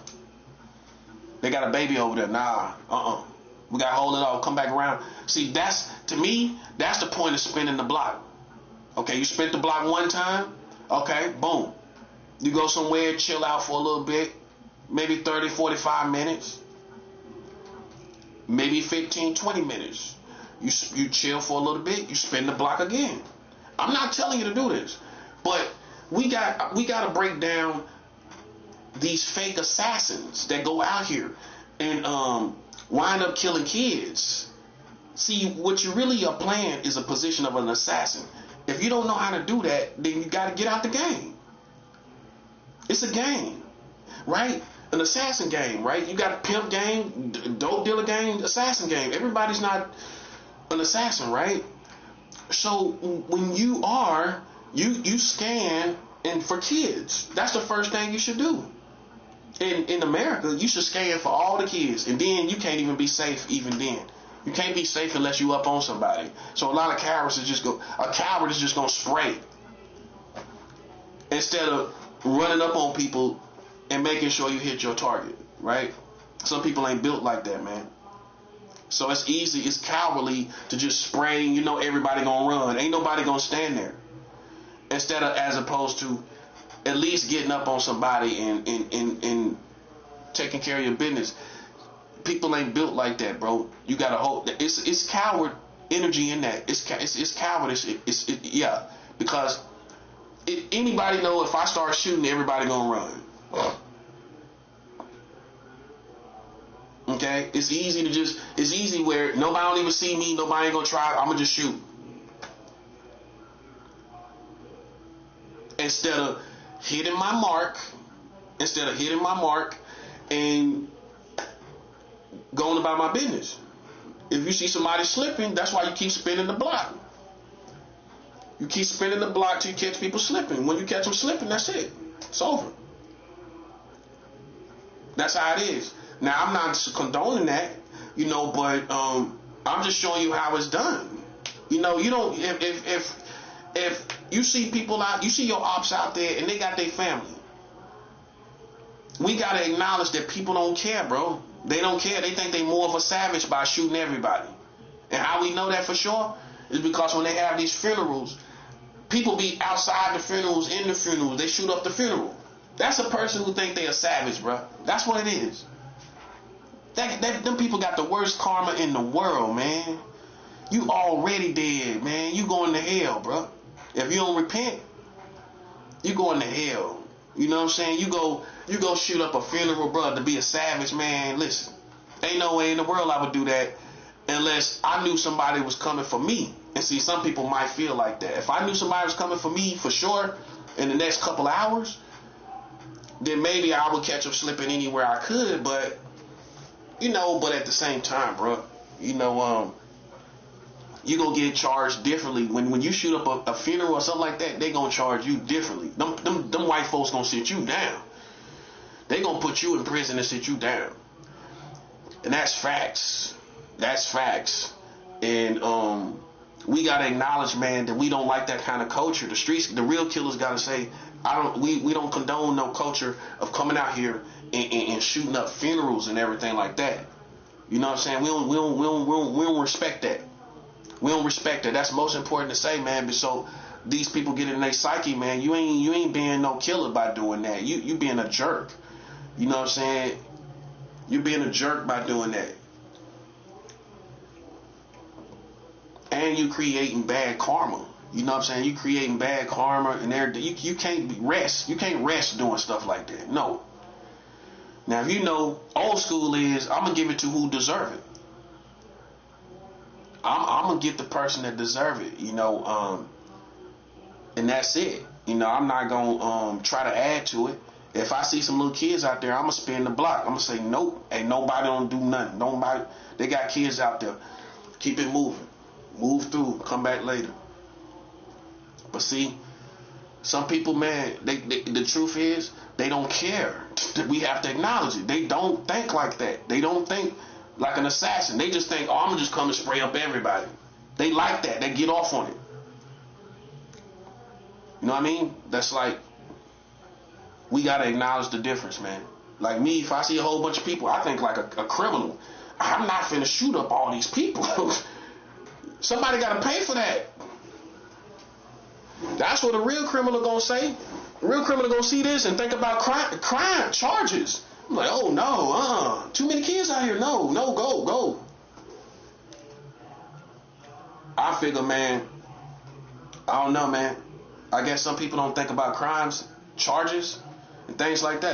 That's all I think about. If I do something, I'm thinking about the punishment. That's what I'm thinking about. You're supposed to. If you do something, you're supposed to think, when you're about to do something, you're supposed to be thinking about the punishment. That's what I'm saying. Not even in the sense of just, I'm talking about any crime. That's what I'm talking about right now. You should also be thinking about, kind of conscious of the punishment. You know what I mean? You got to be kind of conscious of the punishment. Even if you think you don't got a conscience, you still got to be kind of conscious of your punishment. You got to be. If I see a whole bunch of people outside, even if I seen old kind of auntie-like people, even if I seen aunties, I don't think I would even do it then. If I seen some like older women or something. See, I'm getting older to where it's women my age, basically. It's I would just have to get the person, man. You got to know what you're doing. If you can't get your mark, people will respect you a lot better if you. Even the family will respect you a lot better if you hit, I hate to say it, if you hit your mark and move on. You know what I'm saying? And instead of spraying up the whole neighborhood, they'll respect you a lot better, man. The other people on the outside will. You got your mark, you moved on, and you ain't just spray up everybody. You know what I'm saying? Just like overkill for no apparent reason. You got to pay for every single shot you shoot. They gonna charge you for it. They gonna look at how many shots you shot too. Even if they ain't hit nobody, they gonna look at it like that could have hit somebody. That's how they gonna look at it. You discharged 80 shots. That could have been 80 people dead. That's how they looking at it. That could have been kids dead, everything. People got to become assassins, man. That's what I'm saying. I think about what I'm doing. If you're a warrior, if you call yourself a soldier or a killer or a savage or a killer, you got to think about war. You got to study war, man. Which means you got to sit down and take time to think about, if I hit a block, what I'm going to do. Right? I see people out there. I see people with their family. I see the dude, he got family like we do. If I see him out there, okay, with his family and stuff, what I'm going to do? I'm going to spin the block. I'm going to come back. Because I want to catch him slipping, I might come back in 15 minutes. I'm going to come back and try to catch that person slipping. And then you keep spinning the block. But see, people that's paying attention, This is where it gets tricky, because people that's paying attention, you ain't gonna have too many times to spin that same block. They gonna see that same car, and I'm the same way. I'm gonna get on point. If I see that car 3 times, I'm gonna get on point. 2 times, a person might be lost or something, right? Maybe 2 times, okay. Maybe he don't know where he at, he waiting for somebody, trying to find somebody. But by 3 times, I'm kind of on point. 4 times, I'm definitely on point. That's really why people can't spin the block a whole bunch of times, because the car gonna get fired on. Somebody gonna fire on the car, because if they see that car more, some people even 2 times. It's depending on what city. They see that car more than 1 time, they gonna feel like they being a good assassin by going ahead and shooting on that car. That's how some people gonna look at it. But if for me, I see it 3 times, then I'm on point after that. I will be on point. If I see the car 3 times, I'm on point. If I see it a 4th time, I'm probably ready to shoot if it was me.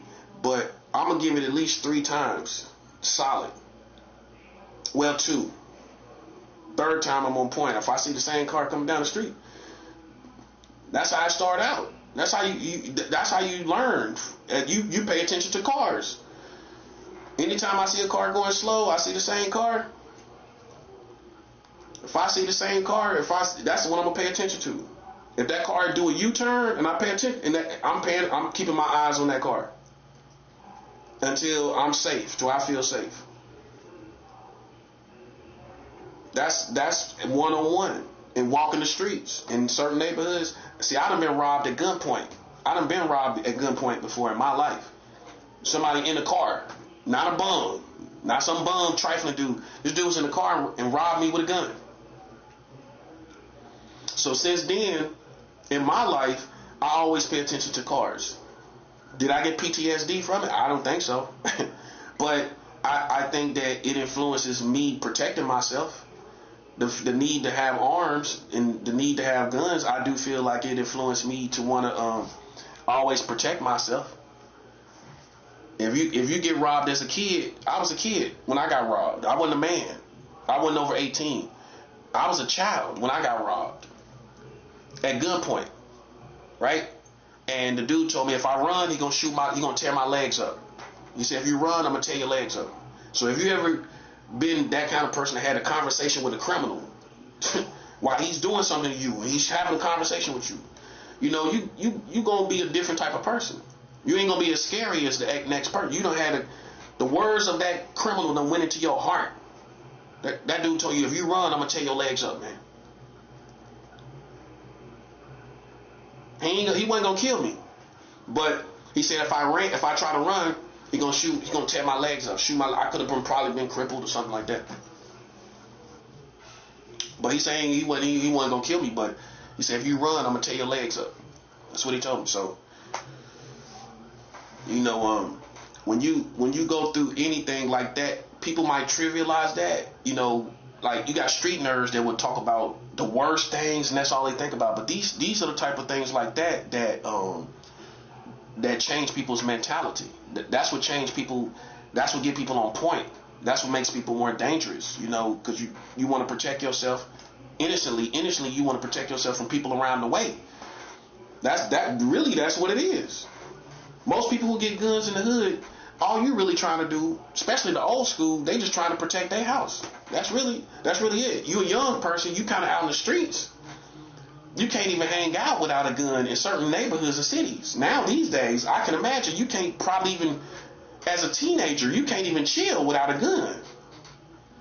Especially if you kind of smoke weed too. Think about it these days. And if you had any things that happened to you when you was a kid, like me, I grew up in the 90s. I could still incorporate the street life up to date into what's going on now. And I would imagine that most kids can't even chill and smoke a blunt without like really having a gun, because somebody might run up or something, So it's like even if you smoke weed, you gotta have a gun. You probably kids, and then add a little bit of cool into it and all of that. Most kids gonna stay strapped. Like I heard in the Bronx now, it's like 11-year-old girls and 12-year-old kids and things like that. Kids those ages is packing guns. I started shooting guns when I was like 14, 15. Myself. Like I had a friend, his dad had a whole bunch of guns. So we used to shoot guns in his backyard. You know, and that's how the mentality starts. Because I always tell people this. What makes a killer before he's a killer? How do you know you're a killer before you shoot somebody? Because a killer, before he shoots somebody, he must have been a killer before he did it. If you ain't never shot somebody before, and well, who was you before you shot the person? You was a killer before you shot the person. Think about it. If you never shot somebody before in your life, you ain't never shot it. Let's just say you ain't never shot at somebody, even that. And you shoot somebody. How you must have been a killer already. The first time, right? In the case, you ain't never shot nobody. How did you have the heart to do it? Because you already had the psychology. And some people sit on the psychology longer than others. That's why if you're a killer more than anybody else do. But the world only knows when you catch a body. But before you catch a body, you was a killer already. That's how you caught the body. You ain't killed nobody before that. So then how was you a killer? Because you already had the psychology. So you know that only the thing of how people mess up in the streets is you doubt people. You know what I'm saying? You don't have no room to doubt nobody but yourself in the streets, in the real streets, in the real world. I don't doubt nobody. You ain't gonna never hear me. I'll shame people's actions and shame what they do. But do I just totally doubt somebody that they not a threat to me? No. That's why. And how you know? Because I keep weapons on me all the time. Because I don't doubt nobody. Where people mess up is when they doubt people. I don't go around doubting people. I don't know what that person is going through. I don't know how crazy he is. I don't know the person's psychology. Who am I to sum that person up and size that person up? See, these days, you can't size people up. Because everybody draws from their own energy, as far as their own preference of what they want to be. Right? Everybody got their own preference. So like, you got a lot of oddballs. In other words, you got a lot of oddballs where people want to. They're their own man, as opposed to back in the day, everybody looked the same. People had Jerry curls, and everybody had Jerry curls. But these days, people just are oddballs. They do their own thing. So if you try to size somebody up based on totally what you see in the streets, and he don't look like that or look like this, you're gonna wind up dead. You can't read people based off of a reference point of somebody else you know. How that's gonna work? See, that's why I can go city to city. I can go to California. I lived in California. I lived in Florida. I lived everywhere. Because I ain't gonna size you up like I'm smarter than you and I'm faster than you and I'm. See, it's a lot of people, black people like that, and that's why they wind up dead. You know why? Because you approach people like you smarter than them. First mistake. If a dude talk different than you, like if you was down south where I come from, you'll think a lot of people stupid because they talk slow, right? They think slow. You might even go deeper down south to Florida, Georgia, Alabama. Let's say Alabama, and you ain't never hung out with no thugs in Alabama. You might go, and it's not as sophisticated as New York. You know what I'm saying? It ain't got no big city or nothing. It ain't a big city. But these dudes 100. They'll rob you. They'll kill you. Everything like that. But you go around there, you hear how they talk, and you think they less sophisticated than you, and you think you can try these dudes, and you find out the hard way that you got killed down in Alabama because you tried people down there based on, you thought you was harder than them, you thought you was smarter than them, you thought you had the upper hand on them. See, that's a perfect example of what I'm talking about. Like I go anywhere and I show respect. I know I can tell the difference when things are different, but that I can tell what the streets is. I can tell that these dudes is killers too, but they don't move like New York niggas. You know what I'm saying? Where they talking fast and moving fast, and you might think because they move differently, that I can try these niggas. It's a mistake that a New York nigga make going down south somewhere. You'll go down there and try somebody and you'll wind up dead. Especially these days. But it ain't no different than me being up here. You know, you trying me and I'm from the south. So you can't say you know me because I'm not from New York. So how you gonna say if I'm real or not? Real don't recognize real all the time because that's how we fall out with each other. If real recognize real, why real niggas still fall out with other real niggas? If real recognize real, how real niggas fall out with real niggas in their family? Explain that. Cause we still gonna clash regardless. If real recognize real or not, that's not the whole solution. You know, honestly, ironically, that's part of the problem because if we recognize each other, then it wouldn't be a problem. See what I'm saying? You realize I'm just as dangerous as you, it wouldn't be a problem. But see, it's like people come from different lingos. See, every city thinks the other city is corny. Like we think some niggas think New York niggas is corny. Yo, we think some people think it's corny. Just all that extra rah-rah, extra talking and all that stuff. We think that's corny, right? But you go to LA, you might size them up in LA. Now, based on their reputation, you ain't gonna try them really. You already know, but at face value, you might think, oh, these dudes kind of move kind of slow. LA niggas don't really move fast like New York niggas. If you ain't never been to Los Angeles, you don't know, right? Like in Los Angeles, they kind of move more like the South. Like they move like we do. Like you pay attention to an LA dude, he don't really talk fast and think fast and none of that. But they dangerous, real dangerous. But they don't move like, oh yeah, come over here, yo, here it is right here, yo. They don't move like that. LA niggas don't move like that. They kind of laid back like we are in the South, where they talk like, what's up, homie? Like, oh yeah, I got this, okay. How's it going? It's going good. You know what I'm saying? Okay, cool. Boom. New York niggas move totally fast. They move faster than that. So if you one of them type of dudes that you size people up based on what you've been around, you gonna wind up dead. I don't do that. I don't expect people to act like people I done been around. That's a mistake. So them type of people remain local. They can't be nationwide because you don't know how to go into another city without disrespecting people.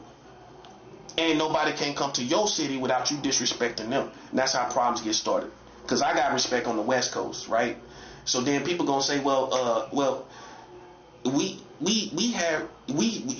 was cool over here. He held his head, he stood his ground over here. So I don't know what people tripping off of in New York. And see, that's how you get singled out. Because I keep going back to California and getting respect every time, right? So people gonna keep saying, well, how he keep hitting this brick wall? Because these niggas over here think they Superman and stuff, right? They think they Superman and they not.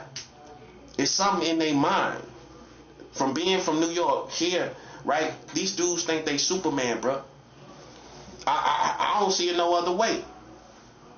They got an S on their chest, But you go to California, they gonna say, well, this dude. We seen that he was cool with the community. He stood his ground. He almost got in a fight with somebody out here. You know what I'm saying? And he challenged people. He did his thing. So he interacted with the community cool, and he spazzed out like we spaz out when we drank. He showed all the signs of being a nigga. That's how we gonna let him spaz out a little bit because he black. We ain't gonna try to shut nobody down like that. Yeah.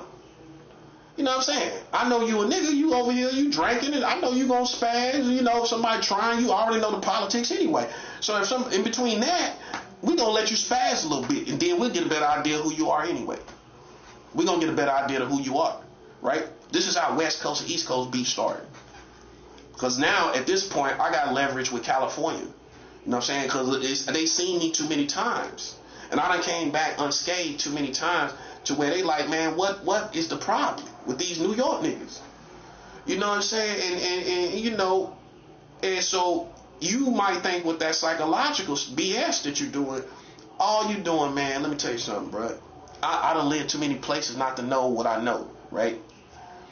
And that comes from experiencing with life and me being a kid, you know, doing felonies as a child.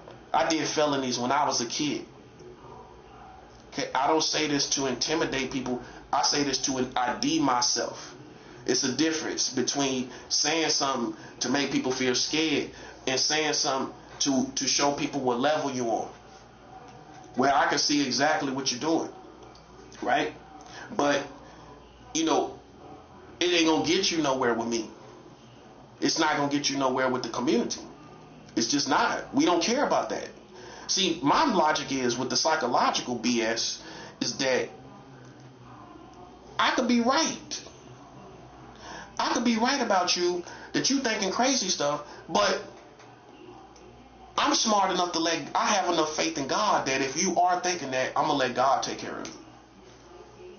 What I look like challenging somebody, even if I do know, what I look like is, see, what they'll think is the streets is too stupid to see the stuff that they see. I promise you, that's probably what they thinking. Well, California don't see what we see because we spiritual, we got psychological ability to see. It don't matter. What we gonna say is that even this, and this is definitely street people, even if this person is thinking something crazy, I'm not gonna do nothing about that. I live in the real world. I challenge only things that I see that manifest in the real world, because I don't know why that person is like that. But as long as he ain't physically aggressive towards anybody in our community, I don't see any problem with that until I see otherwise. Now, if I see this person lurking, you know what I'm saying, lurking in a weird, sketchy way, I might challenge that. But if I don't see him lurking, I don't see him challenging anybody, I don't see him playing around anybody, he mind his business, I could be right. I could be right about what I feel, but I'm still not going to do nothing. So it ain't that I don't know. It's just that's not enough for me to do nothing. See, that's the real streets. Oh, I could be absolutely right. I could feel like this dude is thinking dirty thoughts about children or old women or whatever, but I'm not going to challenge that because it's not enough. So it's not that the streets don't see or realize what you see, right? It's just that I don't see it as enough, and nobody else do either. So, you know, it's just like we have to come back to reality, where it's the real world that we live in, where a police can't lock you up for your thoughts. No police can't say, well, you had a bad thought towards children, we coming to get you. Police can't say that, right? Okay, so that's the real world. We see y'all let people influence you in the world they in. Now they can't influence me with that crap. No, you know, I'm in the real world. If I don't see you do it, then I'm sticking to that. If I see you point A to point B, you ain't lingering in our community. You ain't out here in strange, weird places and look like you lurking on family and kids or whatever. You don't seem like you praying on nobody. Then I'm good. I don't really care what you're doing. I don't care what you're thinking about either. See, that's the real streets. Now, these other people act like the streets, but that's how the streets think. The streets don't change from city to city on that. And, you know, we got different lingos and everything, but we got different pet peeves as far as principles. That's the only difference. What makes a city different from another city as far as the streets is everybody got pet peeves on certain things based on the geographics, based on the history and the geographics of their city. So it might, if it's a city that rob people, they might be big on not looking at people in their face. You know what I'm saying? They don't want you looking, and then you go to another city where it's more about certain crimes. Let's just say where you gotta have heart. You know, then it's more important for you to show eye contact. And you got to know the difference. You got to pay attention to what people are aggravated about and what they pay attention to and what they talk about. And that's how you know what the pet peeves are. You go to a city, you show too much eye contact, you might think you're being real, but they don't like it. But so real recognize real, but they got pet peeves in each city. That's how it is. And so you can't take the pet peeves of this city, New York, and then go to LA. They gonna say, nah, we don't feel that. You know what I'm saying? You gotta come in, you gotta fill out what the pet peeves are in each city. As soon as you come in, you gotta see how people move. And if ain't nobody really talking to each other and you like to talk to people, you already making a problem. You already making a problem. You come into a city where people don't talk to each other, that's how I'm moving. I ain't saying nothing. All you gotta do, I can make one mistake where it seemed like the person didn't like it. I was talking to them, they act like they ain't really like. That's all you gotta tell me. All I gotta see is how everybody move, and that's how I'ma move. You go to another city, everybody talk to each other, then I'ma feel more comfortable with asking for directions, resources, and everything like that. But if I come into a city and people don't really even talk to each other, I'm not even gonna talk to the streets. I'm gonna talk to people that could point me into the direction of resources, like resource buildings, resource centers. I'm not talking to the streets. Until somebody come and befriend me and they talk to me and open up, then okay. But other than that, if I see people don't look like they're approachable, I'm not gonna talk to them. That's how you gotta move. You can't come out and use your own. That's why some people can't make it in other cities. That's why, see, when I judge the competency of a person, that's what I look at. Okay, how he can go city to city and not have no problems. That's competency. This dude can come in and blend in with different cities and get down with their lingo, and if it makes sense, if they make sense, then it ain't gonna be a problem.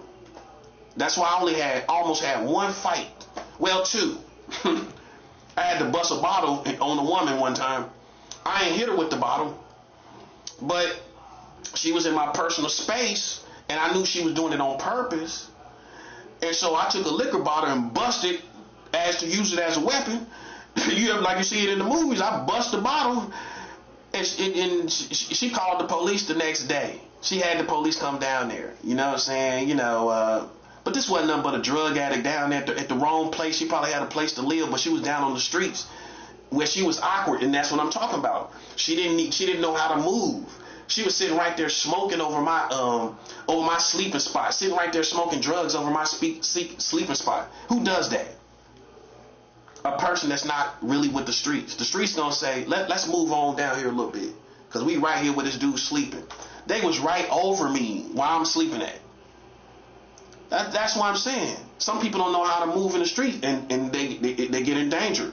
Like I bust the bottle and had like the end of the bottle, like you see in the movies. and luckily, man, I had to check women out there in San Francisco. This other woman, she had a dog, right?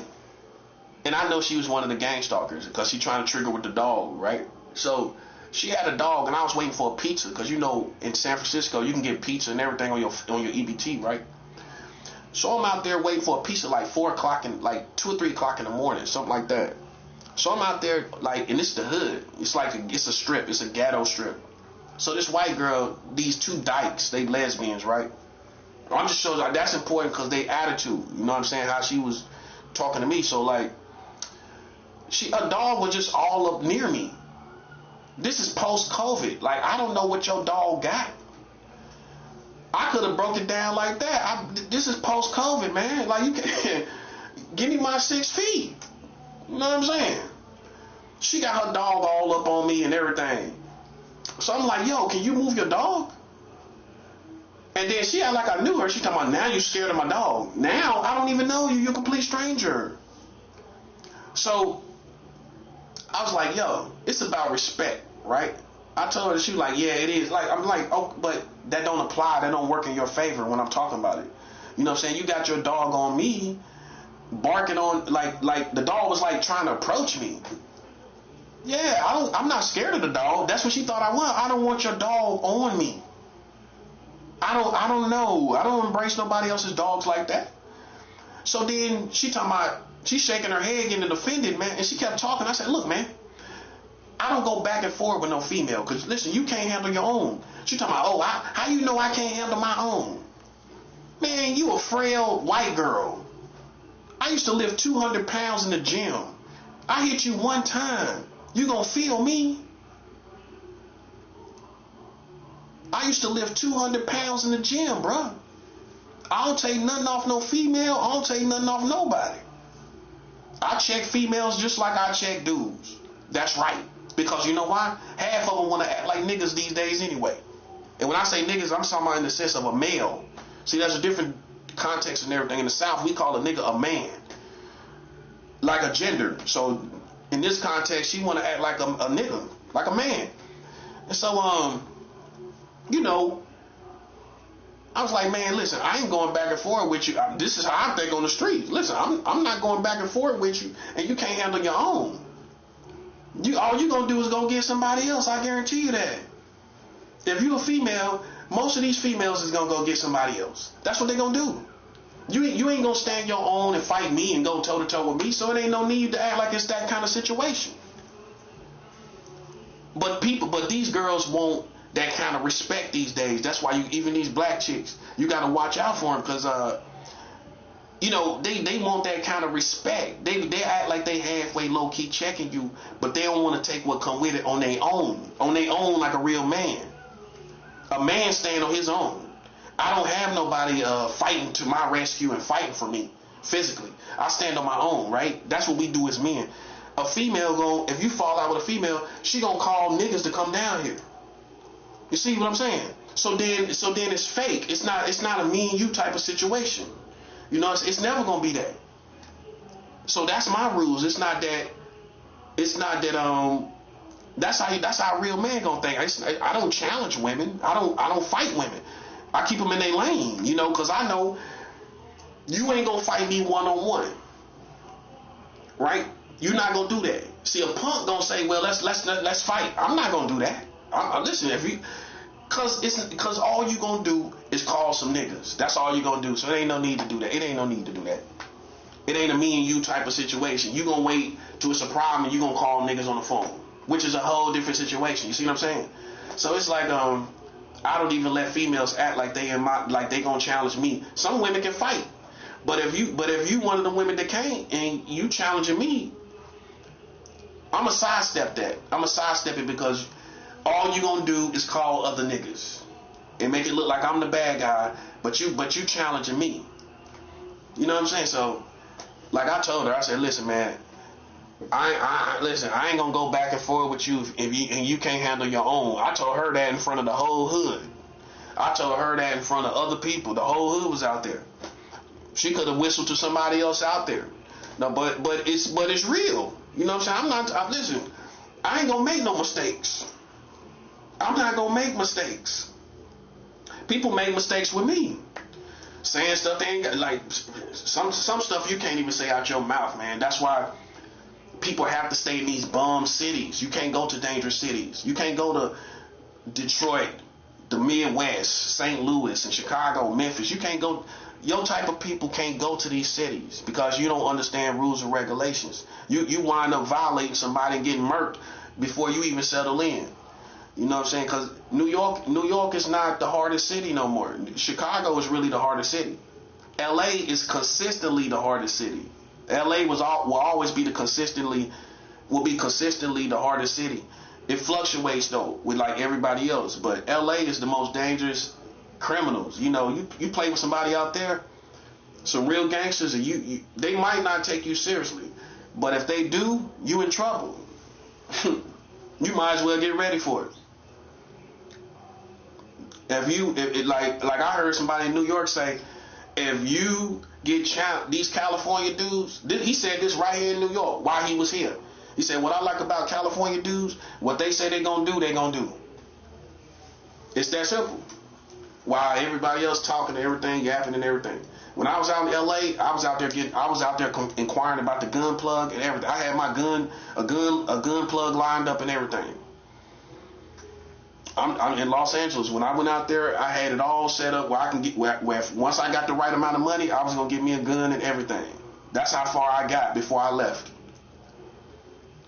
So you know, the streets out there already knew what I was about. I was coming out there to get heat. It wasn't because I was scared. If nobody ain't threatened me at that point, I felt comfortable. I feel comfortable getting me a gun. When I was out there in San Francisco, I just left there. I was pricing guns out there. I had already talked to the locals, the street dudes who I know might know about getting guns, everything. I started talking about it already. So I already had that lined up. I lined that up everywhere I go. Even here in New York, when I had my apartment, I was chilling with this Mexican one day. Me and him had some drinks. I had some vodka. He sat down with me. I shared some vodka with him. Me and him started talking. And he was telling me about a little place, a little street that I can get a pistol to get a gun, everything like that. So I'm just always inquiring, about that. That's just, I feel safe, and that might have come from my childhood when I got robbed and people broke in our house, everything like that. See, those type of things happen, and it creates a psychology for the real people. It's not always cut and dry what makes people violent or criminals and things like that. It's different stuff that happened to them, and it ain't always the same stuff. Like for me, I got robbed, I got bullied, and when I was in school, so I don't like bullies. So if I feel somebody putting pressure on me, the first thing I'm going to do is get me some weapons. See, but that ain't a tough guy necessarily story, but that's what made me a tough guy. Makes sense? It wasn't because I just would listen to some rap music and I just wanted to be bad or whatever like that. It's not that simple. It's, I got tried to a certain degree where I feel like I just snapped and I wanted to kill the person. And I never went backwards. After that, I always just wanted to hurt people more deeper than the average person. Or in a situation, I'd rather hurt you, kill you, instead of fight you. See, that's how I used to be.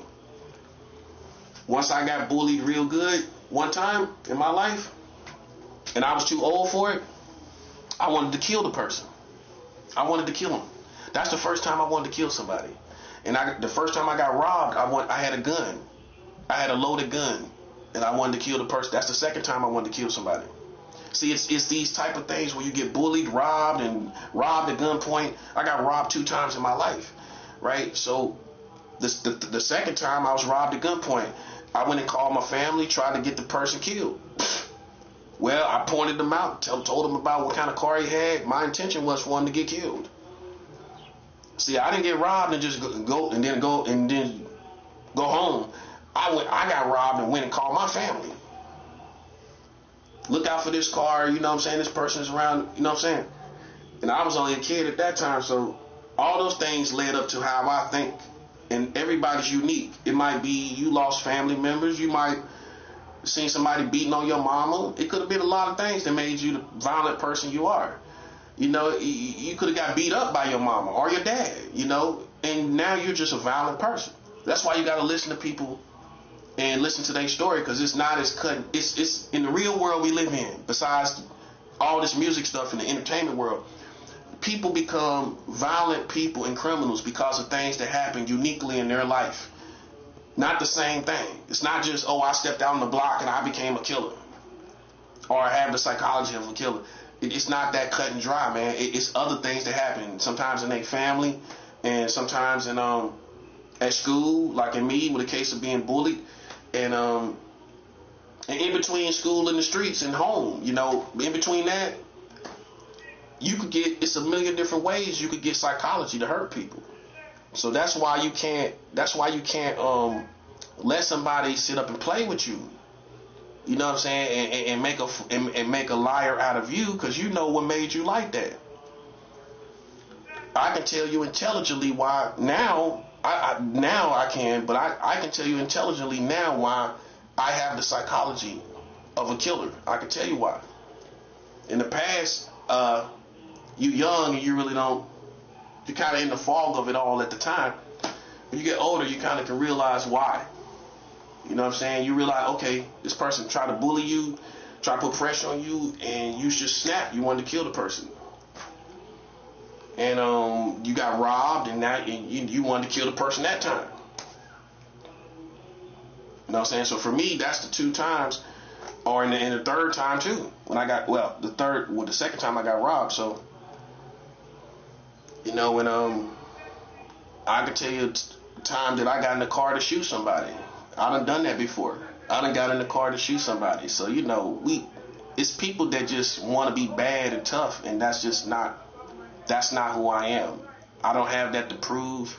I don't have that, you know, those are psychological people that think, I don't know what they think that's supposed to mean, because for me, if I keep weapons on me, that's all you need to be worried about. That's all you need to be worried about. You know what I'm saying? You don't need to be worried about my thoughts. You need to be worried about my weapons. And I got them, and I keep them on me. You know what I'm saying? And that's it. But you see, that's the reason why I am the way I am.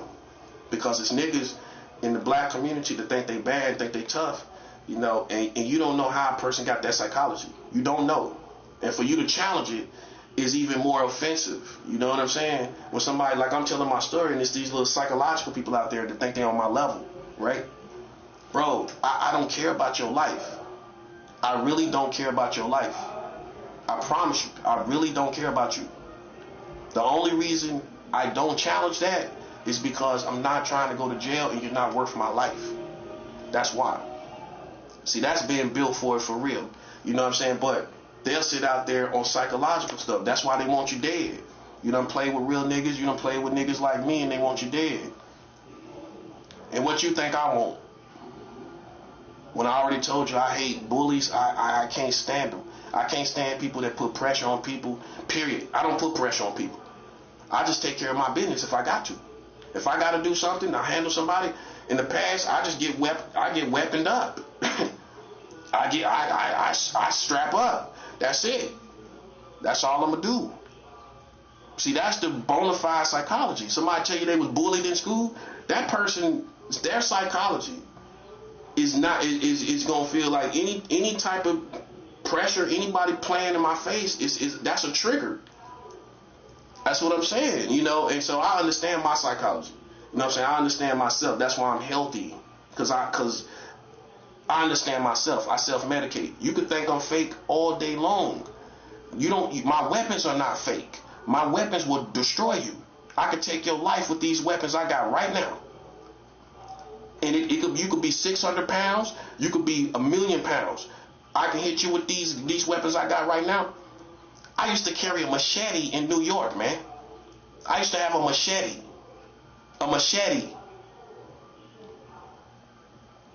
If I hit you one time with a machete, I would change your whole life. I change your whole head. I change your head. I change the shape of your head, buddy. I used to carry a machete right here in New York. I kept a machete in my apartment, man. I had my own apartment, had a machete. Ask niggas about that. I was walking around with it like a dozen of roses, carried it like a dozen of roses when I first bought it. Then I carried it out on the block. I had it on me, a whole machete in my pants. I hit you one time, even if it ain't sharp. If I hit you with an iron steel blade, that's gonna change your life. I promise you. So see, I done went to a higher level than you as far as weapons and danger and being a dangerous person, bro. A machete is not a game. I hit you one time, you could be the biggest nigga in this building. I hit you one time with a machete, I'll change your whole look, buddy. I change your whole look. I give you a makeover. That's what type of dude I am. I already done priced machetes in your neighborhood.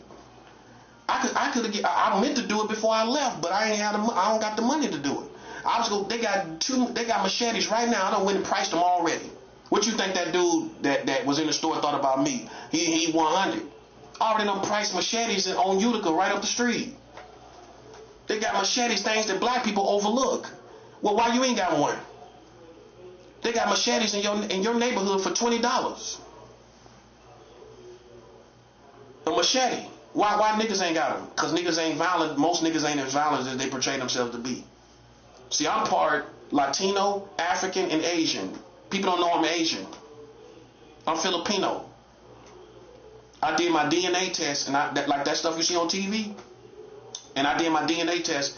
I'm part African, Latino, and Asian, right? So that's why I'm a little more turned than the average person. It's the truth. You got more bloodlines, you're gonna be more turned. That's the truth.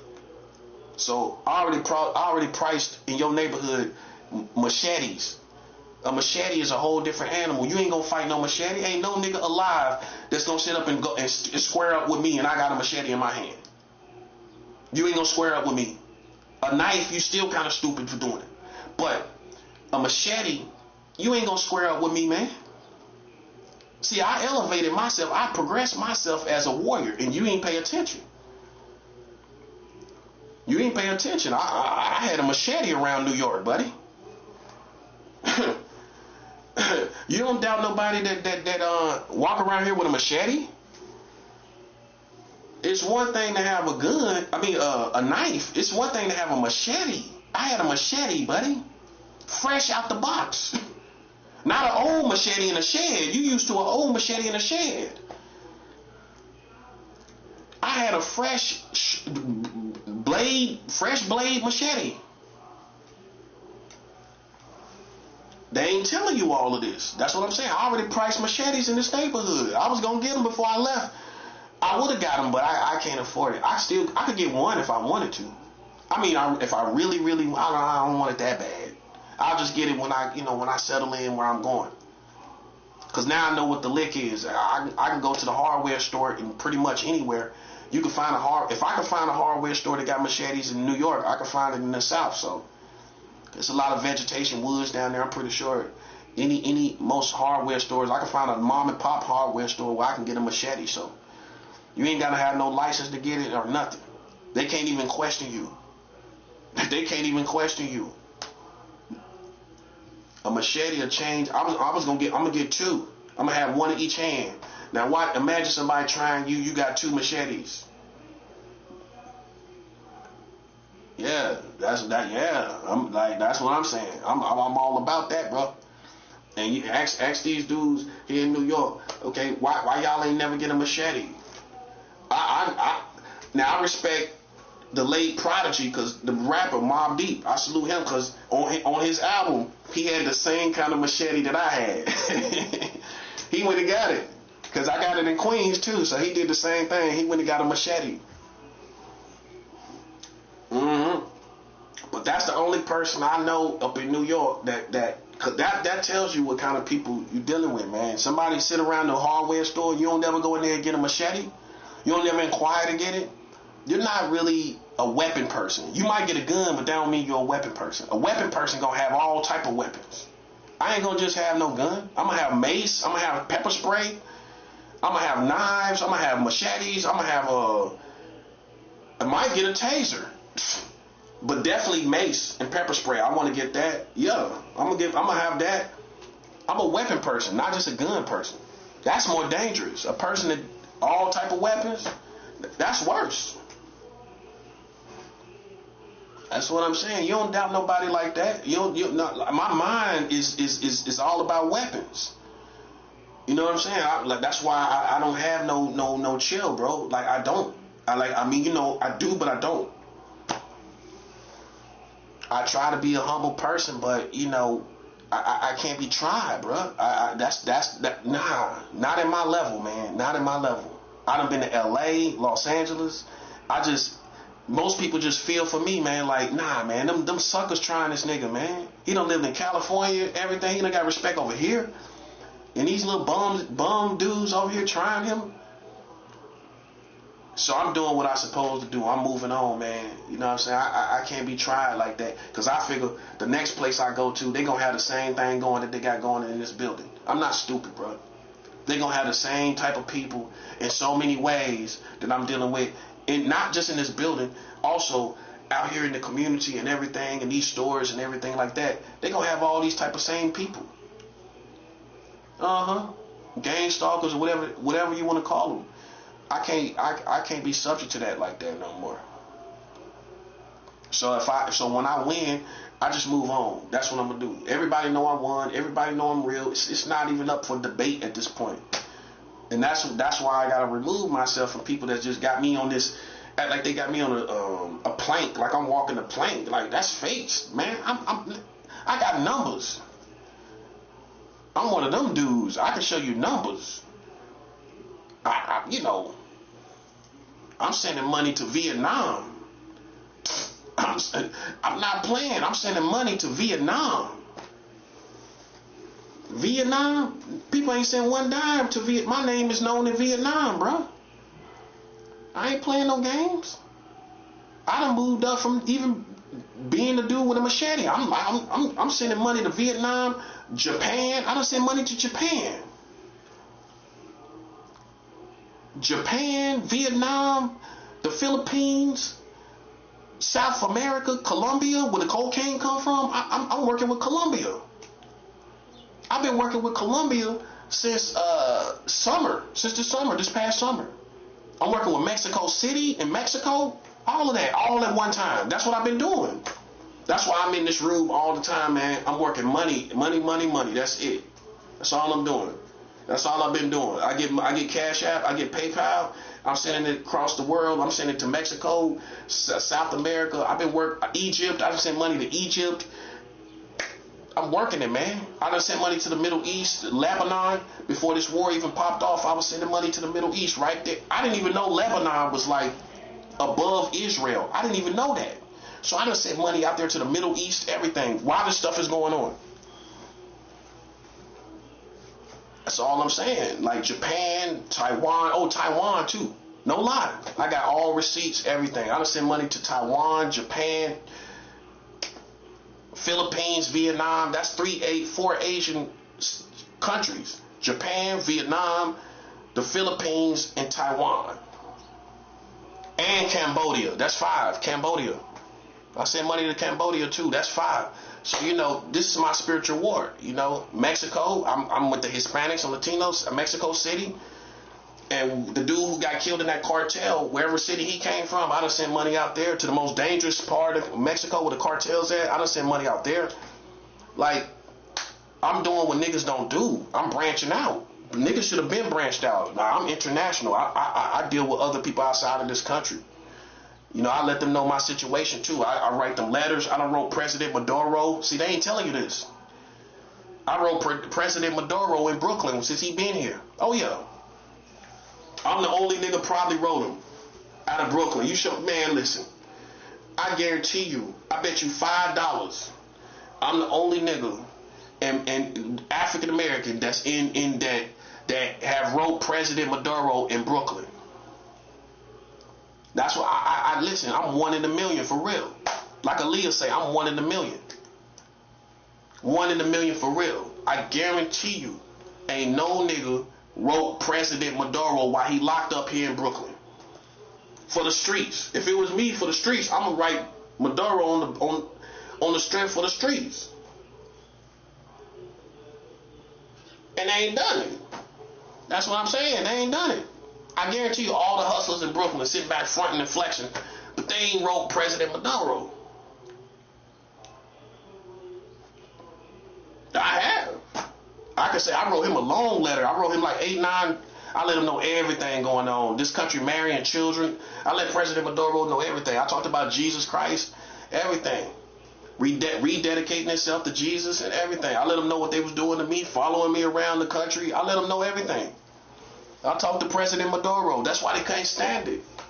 You know what I'm saying? I wrote President Maduro. Ain't none of these lame niggas doing that. That's why I'm trying to show you what caliber man I am. Not only am I a person that will want to carry machetes, and I'm going to carry machetes. As soon as I get back on the streets, I'm going to get that again. But I also can be civilized and sit down and talk to a president and write a president and pen him a letter that's sophisticated where I'm talking real business, where I'm talking real information about this country. See, I took advantage of the fact he was here in Brooklyn. You know what I'm saying? Where if I send it to his country, they might weed it out, screen it out, and he might not really take it seriously. But now he in jail right now. He ain't got really nothing to do. And I took the time to write him and let him know, all this stuff going on and what the Americans doing to me. So you know what I'm saying? I let him know. I let them know everything they doing against me, following me around, playing in my face, and You know what I'm saying? I wrote him an eight-page letter, nine-page letter. It took me 3 hours to write it because I had to translate it in Spanish. I had to write it on. I had to Google it. I put everything I wanted to say into Google and then translated it. So I had to write it. Say whatever I wanted to say, then translate it, and then get the translation and write that. So I wrote a whole Spanish letter, letting him know everything that's going on. These people marrying children in our country, in this American country. They got laws to marry children. Let him know about Trump. He was in office when it happened. You know what I'm saying? And letting him know what he should do in his situation, because they brought him up here illegally. And they basically, they brought him up here and apprehended him without legal right to do it. That's what I told him that in the letter. That's what he should question. The legal right to bring him up here. That's what I question. And that's what I told him he should question when he go to court, is the legal right for them to bring him up here. And, don't talk about whether it's right or wrong, because like I told him, whether he's guilty or not, that's not the question. The question is, they have legal right to bring him up here? So that's what I told him he needed to focus on when he go to court. Whether you right or wrong, that's what I told him. Whether you guilty or not, that don't mean if you guilty, they still got to go through the legal process of bringing you up here the right way. So that's what I told him. That's how I told him based on his situation, because that's the best point he got. Because I don't know I don't know what the ins and outs are. I don't know what he did and what he didn't do. But I know your strongest point is how they brought you up here. That's going to get it thrown out. If they brought him up here legally and you challenge that, it don't matter what he did. Nope. It all gets thrown out, and they have to take him back to his country and go and do everything the right way. They can't do nothing at that time. If they brought him here illegally, everything gets thrown out. Boom, right there. He goes back to his country. Then they got to do everything legally, the right way, the second time. Right? That's how you handle that. You don't even talk about your situation. Nah. You got to do that legally. And if it ain't done right, okay, I get to go back tomorrow. You ain't do it right? Okay, I'm going back home. Boom. I don't care what you're talking about. See what I'm talking about? See, the white guy is always focused on getting the bad guy. That's his thing. And he don't care how he do it. That's why I check niggas when they the same way. You don't care how you do it. And we gonna make you do it the right way. With evidence. Because you listen, you think, I don't know what you're doing, but you like these crackers. That I call it how I see it. Ain't no niggas moving like that. That's why I relate to everybody that in the situation where you got played with and these people didn't even know if they did it illegally. I relate to him. That's why I wrote him too. I relate to him because they playing with me and they ain't got no reason. They're illegal with it. It's the same situation. I explained that too, how we share that in common. You know what I'm saying? Because they playing with my life and they ain't got no legal stance on that. They ain't got no legal stance probably on Maduro. So that's going to be his greatest argument, is they don't have legal right to bring him here. Whether he guilty or not. I don't care if he's guilty. You know what I'm saying? I don't care. I'm at that point. I don't want to hear it. You know what I'm saying? These crackers out here doing stuff underhanded, and that's what we talk about. You know what I'm saying? They out here, they've been calling us niggas forever. They can take crackers for a couple years. They've been calling us niggas forever. You know what I mean? So, all I'm saying is this, man. They brought him up here illegally. I know they did, because they couldn't explain it, and then they didn't get it cleared by the Congress. They didn't get it cleared by Congress. No, they didn't. We already know that much. That's the biggest problem right there.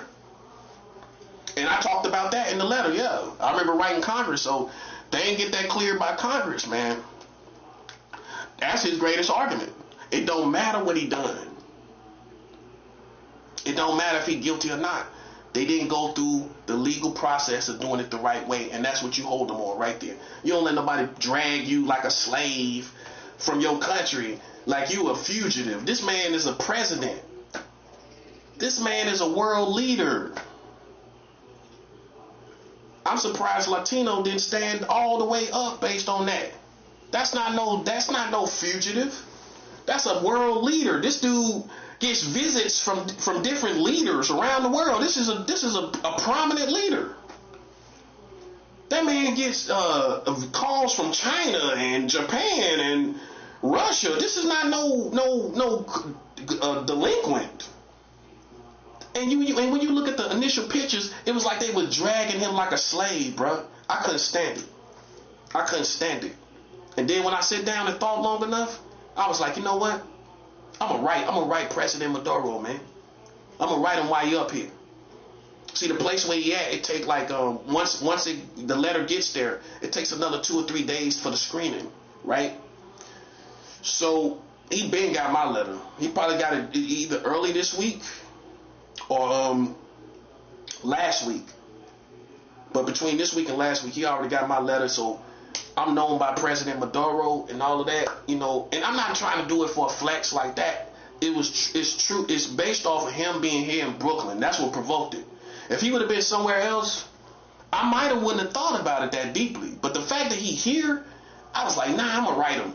You know what I'm saying? It was that, and it was the fact that I relate to his situation where, you know, they playing with this person and we don't know if it's legal or not.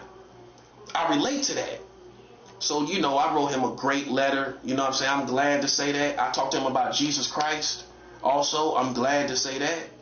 And so, you know, yeah, I talked to him about rededicating his life to Jesus Christ, being baptized in the Holy Ghost, you know, and yeah, you know, getting back right with Jesus, you know. So I'm glad to say I was able to do that, you know. And see, that's my level of politics. That's my level. That's my lane. That's where my mind is at. I don't think about these common everyday psychological people with their children and all of this foolishness that they doing psychologically, man. You know, my mind is thinking about stuff like this. That's, if you want to know where my head is at, that's where my head is at, and I proved that. You know what I mean? And yeah. So, you know, keep in mind, I done emailed the White House. I done emailed every governor, every mayor. So I mean, I can get professional. That's one thing that a lot of black people lack, is being professional. I can become professional. I'm not just a person who can talk these street politics. I can also be professional. And a lot of Americans and black people lack being professional on anything they do. Anything you do, you got to be professional. I don't care if you're a trick. I don't care if you're a prostitute, you a hoe, you a pimp, you a killer, you a drug dealer. If you're not professional, you're going to be in jail. Jail is not a win. That's an L. Rhymes with L's. Jail. You know, it's not a win. It's not bragging rights. You lost. That's not the point. You know, and if you are professional, you got some people that don't go to jail. Last felony I did, I'm not bragging, but the last felony I did, I didn't go to jail for it. I didn't go to jail. You know? And a lot of crimes I did, I didn't go to jail for it. Mostly all the crimes I did worth noting, I didn't get no jail time for it. I ain't never get jail time for possession of crack cocaine, and none. I know I ain't get no jail time for it. None. I ain't never get arrested with possession of cocaine. Nope. Nothing. You know, so I broke in the house and did a felony. I broke in the house with my cousin before. I done broke in the house, stole guns, and helped steal guns, and had a stolen gun. I didn't get arrested. I made crack transactions. I never got arrested. You know, but I'm not flexing. I'm not bragging. I'm just saying. I mean, you know, a lot of stuff I did. See, that's why a lot of people don't know, because I didn't get caught. The last time I was supposed to get arrested here in New York, I threw my weapons. I had weapons on me. The police started they mashed the gas and came after me. I ran from the police. I ain't get caught. I threw my weapons off of me on the other side of the street, came back up the block. The police, by the time he hit my block, I had my tablet in my hand. He knew it was me, but he was confused with question marks over his head. You know, because I had my tablet, and he probably thought that was what it was in his hand, but it wasn't, because he saw something in my pocket, in my jeans, but I threw it off of me.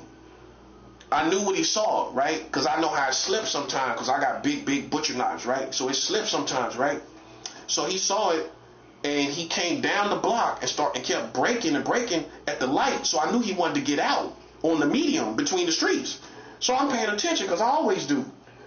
So I'm looking at him breaking on the lights, and as soon as he came down, it's the way they come down. If you're familiar with the police, it was the way he came past me that I just knew it was trouble, because I already seen him. I was already aware of him when I passed him, and then it didn't look like he was coming down on my block, but then he did. So I was already alert when I seen him, and then he started breaking. I seen his brake lights, so I'm thinking this dude want to jump out. So I already was going to cross the street. I was on the medium already. So when I ran, it didn't look abnormal, because I was just running across the street. But I ran down the block, and he mashed on the gas. I knew he was after me then, for sure. When I ran, he mashed on the gas and did a U-ey and came up the block. But by that time, I threw the blades on the opposite side of the street and came back up the block with the tablet in my hand. He ain't even stopped me and questioned me or nothing. I walked right past him just like that. And I'm not flexing and bragging on that, but I'm just showing you, man. Everybody don't get arrested. You got to be professional. You got to know what you're doing. You know what I'm saying? You got to know what you're doing. You got to be professional in everything you do. Even as a killer, I'm gonna be professional in anything I do. In spiritual warfare, I'm gonna be professional. If we as black people prided ourselves on being professional, you wouldn't be in jail and you would have more money.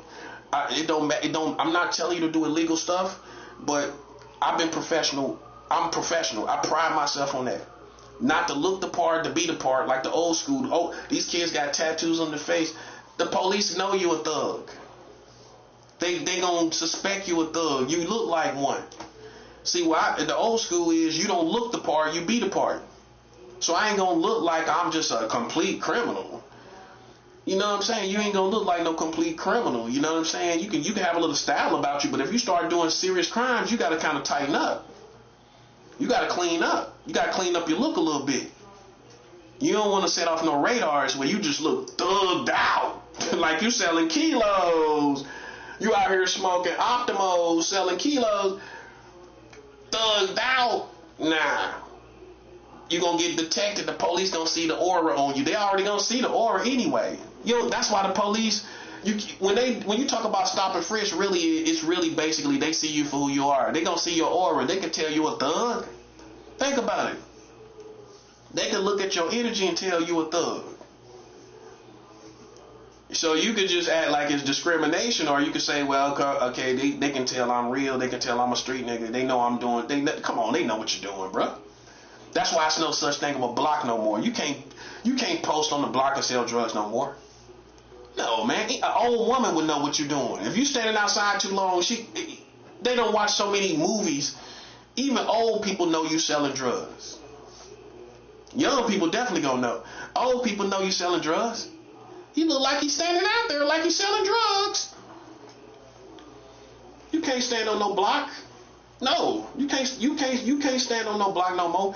Everybody's mobile. Everybody's mobile these days. That's basically the name of the game, I would imagine. I'm just saying, I would imagine so. Because ain't no way you're going to post up on the block. Ain't no way you're going to really have traffic coming in and out of a crack house. You can't move like that no more. They done mastered that. They done mastered that game.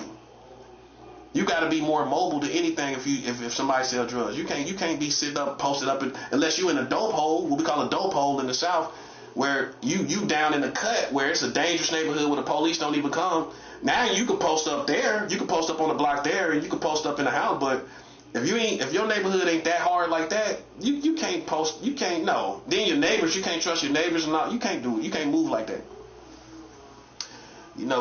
But you got to be professional in everything you do. You got to be professional. You know what I'm saying? You got to be. You know what I'm saying? So that's with me. Like I'm all about being professional. When I say you a pedophile, I'm gonna pull up the lyrics. I'm gonna pull up the lyrics. I'm gonna pull up the lyrics. 34 states of marrying children. That's the lyrics. That's how we know. That's professional. Now coming out here saying you don't, and you ain't got no charges. You talking halfway reckless. You don't know what you're talking about. You playing around dangerous people. You're not professional. That's how people get smoked. That's how people go through what they go through. I called you a pedophile as a community. I proved it with you marrying children in 34 states. You can't question that. You can't say I'm tripping. You can't say nothing. Okay, that's professional. I did what you tried to do. I pulled up receipts and everything. That's professional. See, I learned how to have street principles with professionalism, and it's an art to that. Some people, they too ratchet. You can't get in. You can't go to a 3-star restaurant because you're too ratchet. You can't put on some nice clothes and go to a 3-star restaurant because you're too ratchet. You're not professional. You can't even go to an airport without being detected. You're too hot. That's the low level. You know what I'm saying? You get older and you start selling some real drugs. You gotta get through all these radars. You gotta go under the radar, which means you gotta be kind of cool, play it cool. You gotta come and shoot the crap around these white folks, and you gotta be doing what you're doing. You gotta be. That's why dudes start throwing on suits, start throwing on button-ups and slacks and dress shoes, Stacey Adams and all of that, because you can't play it like because the harder you get, your order with, and you thugged out, man. You walk around. You can't walk around like that. You can't walk around like that. You gonna be detected. They see you coming. You hard as they come. You smoking weed. You look like the devil himself, man. You can't be like that. That's why dudes turn into Goodfellas. You know what I'm saying? Cause the reason why, because you got to. You become evil. I mean, you gonna be so easily detected. They gonna see you at the airport. You gonna look like a problem. How you gonna carry yourself then? Like I'm a good guy. You know what I'm saying? I'm gonna have some Sebagos on, some khakis, little button-up shirt. You know what I'm saying? Look kind of nerdy a little bit. See, that's why I never mind. Like how I carry myself, I always get under radars. See, that's really how a criminal's supposed to be, first class. You know what I'm saying? You don't supposed to be around here trying to prove you a criminal. That's backwards. That's backwards. That's why I don't let people pull me into that. Nope. Because I ain't got it to prove. And if you don't think I'm able to protect myself, I'm gonna let you think that. I'm gonna let you play with me long enough to you come across this threshold and I can defend myself. I already told people in this building, if somebody come across my threshold, I got a legal right to kill them. I told them that to their face. I tell the police to their face. I call the police, 911, yeah, I just killed somebody. I'm a real man. If you kick down this door, I'm going to tell the police, I didn't know what this person was going to do. Yeah, that's right. I don't know what you going to tell me he was going to do if he kicking down the door. If they kicking down my door, what you expect me to do? Sit there and let them and just come on in, guy. Come on, come on in, guy. Come on in, guy.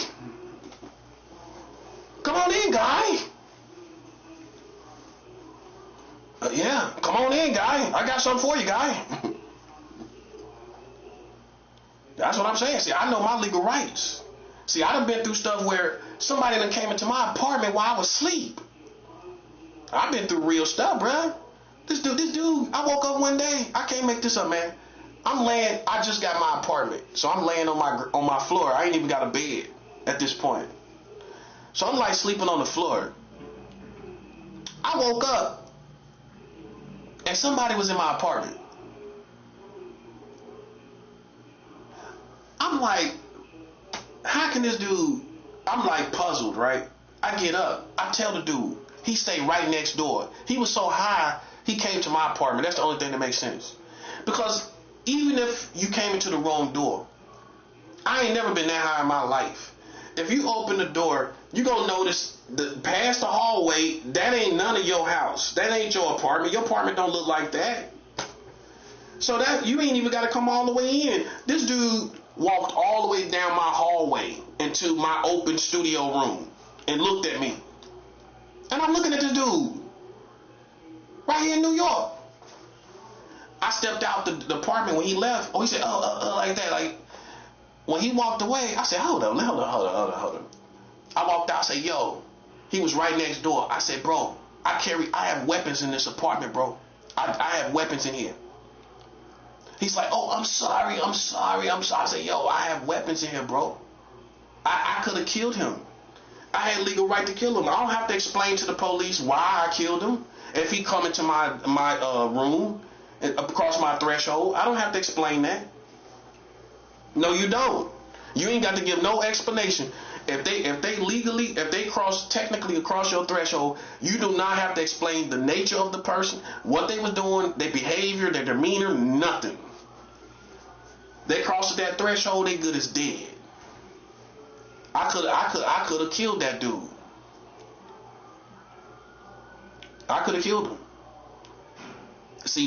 That's how crazy people are, man. That's why I don't take no chances. Like, I can show you why I am the way I am.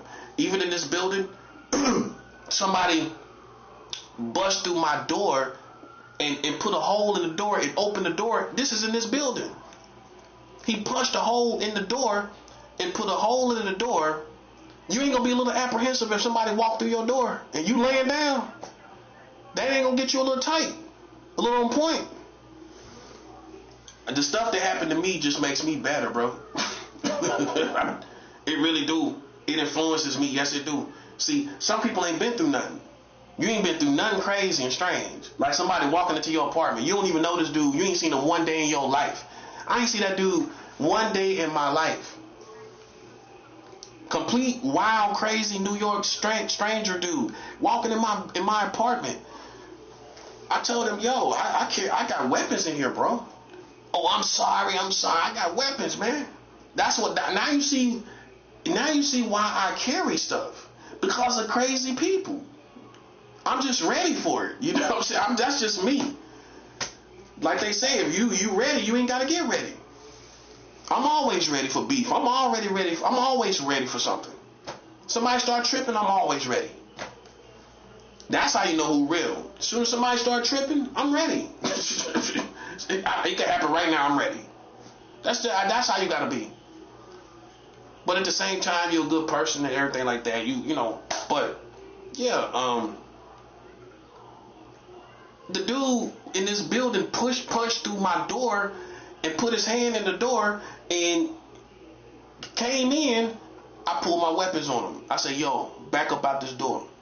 That's in this building. I told him, yo, back up out this door. I told him to back up out this door. And you know, he left. He ain't had no choice. He trying to show me his gun wounds where he got shot. What does that matter? That don't mean nothing. That don't mean nothing. The gunshot versus me carrying these blades. These blades will take you on to the grave. You go right to the grave. So I feel like because that happened, I shouldn't even be challenged. I feel like you already. I'm pretty sure you already know that happened. Well, if he ain't tell you, that's what happened. Well, I ain't gonna tell you, of course, because I had weapons. But I'm pretty sure he probably told y'all. You know, he probably did. He probably did tell y'all. I pulled weapons on him. He came into my room. I pulled weapons on him. That's right. That's right. So then, when you put people next to me to do the same thing, you must be crazy. I already showed you what type of person I am. I showed this building what type of person I am already, man. That's what I'm trying to show you. That's why I see people don't know how close they are to death, man. That's why what I do is I just remove myself. It's the best thing to do. This is why I'm like this. Now you see why. Because I'm going to end up in jail if I'm around these suburban people. I know they suburban. They not thug. They not ghetto people. Because ghetto people don't play with people like that. That's how I know. I know how the street. I'm from North Carolina. I know what ghetto is. I know what niggas are. And I know the difference. And these people are suburban people. I get half of these people playing with me around this community. It's suburban people. You ain't no ghetto people. Because ghetto people don't make those mistakes. They don't play with people. It's too dangerous to play with people. I don't care where you come from. You can come from wherever. You still can't play with nobody. That's part of the jungle. The person you sleep on, that's the one to kill you. That's how it always is. The one you think that's popular and all of that, that's the one that's unchallenged. And he a punk. The one that's used to being challenged, that person's getting crazier and crazier every day. That's how it really works. The person unchallenged, because he cool with everybody, he ain't gonna really probably do nothing. The person that's being challenged over and over again, that's gonna be the crazy person right there. That's common sense. That's common sense to me. You keep challenging this same person, what you think he becoming? An animal, bruh. Ain't playing no games. Of course, man. You know what I'm saying? You keep playing with somebody over and over again, a dog gonna bite you. That's what he gonna do. Ain't nobody gonna take but so much. You kick a dog over and over again, a good dog gonna bite you. He might maul you to death if it's a pit bull. A pit bull will maul you to death. You disrespect that pit bull over and over again, he'll drag you, pull you down, and maul you to death. Especially if it's more than one, and you're not showing respect to pit bulls, they'll gang up on you and pull you down to the ground, buddy. You have to respect a dog in the world we live in. These people get mauled by their own dogs. You gotta respect dogs in the world we live in, let alone human beings. Let alone human beings, buddy. So if you push me and play with me around, I'm gonna be like a pit bull, buddy, ready to pull you down to the ground, and you don't even know it. You know, so that's just basically what it is. So for me, I'd rather just move on before I've been mauled somebody. You know what I'm saying? I've been mauled somebody around here. I'm dead serious, man. Because if you doubt me, man, listen, I've been challenged too much. If you doubt me, I've been challenged too much to be playing and lying and playing games. I done been through too much, and I've been played with too much to be playing games with you. You know what I'm saying? And if you don't say that to black people, that everybody is in the, you know, all about this rap stuff and everything, and you know, and you can't even tell who real street niggas is no more. You know, you can't tell who real street niggas is. You know what I'm saying? They play with my integrity. I want money. I want a bag. That's right. You would too. Now the conclusion is, all these people that play with my life, I want money for that. That's right. When you incriminate somebody in the prison system, even the prison system will cut you a check. Well, you know, the court system, they'll cut you a check when you wrong. When they wrong. When they wrong, they'll cut. Even the government will give you a check. They'll give you a check about it. So I feel it should happen. But because I'm telling the truth and I'm talking about America, they esteem me as an enemy. But if you smart, you realize you deserve to be exposed for you playing with my integrity in the same area. I tell the truth. I deserve to tell the truth about you, about what you're doing as a community. I deserve to tell you that. But you sit back like, you know, I'm your enemy, but you oppose me first. So it's just coming down to real common sense, man, and really what this situation really is and what it's not. And people are not willing to really, keep it 100 and say, okay, we played a clown game, a Bugs Bunny game, where they was Bugs Bunny. Okay, that's the images I got. Not hard niggas, Bugs Bunny. Homie the clown stuff. You know what I'm saying? And then there ain't no other way to look at it. You know what I'm saying? I told you, I did felonies as a kid. I done been around killers. I done been around people I done been around a dude that told me, I know how it feels. It feels good to kill somebody when you killing the person. I done seen him listen to the psychology of killers. I cried when I killed somebody. I cried. I done been around more than one killer that say they cried when they killed somebody. You know, so am I acting like I'm Al Capone? No, this is my story. This is why I carry myself the way I do. I'm a man of God. I'm a Christian. But, I didn't live a whole Christian life. And I wasn't in the whole Christian environment. And so, but I made the best soldier that God, one of the best soldiers for God. I used all my goods for God, but when you say you're a Christian to these white folks and some of these black folks, they think it's something sweet to play with. They think I'm something sweet to play with, and I'm not. because I started to realize that I got legal right to carry weapons spiritually. God doesn't have a problem. It's not a sin. It says thou shalt not kill. That means thou shalt not murder, which means premeditated killings. But I can show you in the Bible where God sent his kingdom to war physically against other people. Okay, so then obviously you have to understand that scripture from its proper context. Because I can show you where God allowed his people to kill people, and he commanded his people to kill certain people. It's all in the Bible.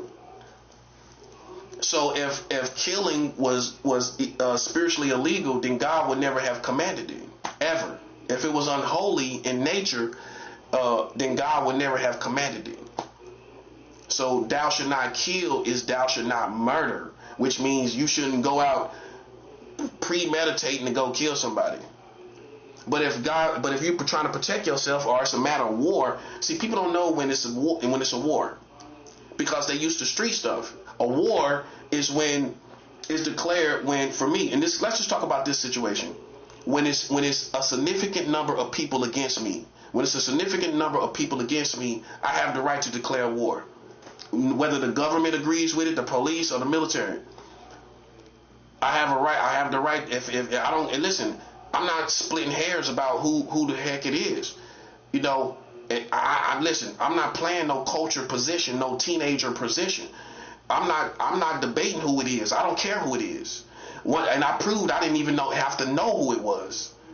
I still took care of my business because once I seen it was a significant number of people, that's all I needed before God to declare war on the Americans. See, they thought it would be a cute idea to add all these people to it. They thought that would be a cute idea. All you did was give me the legal right to declare war. That's all you did.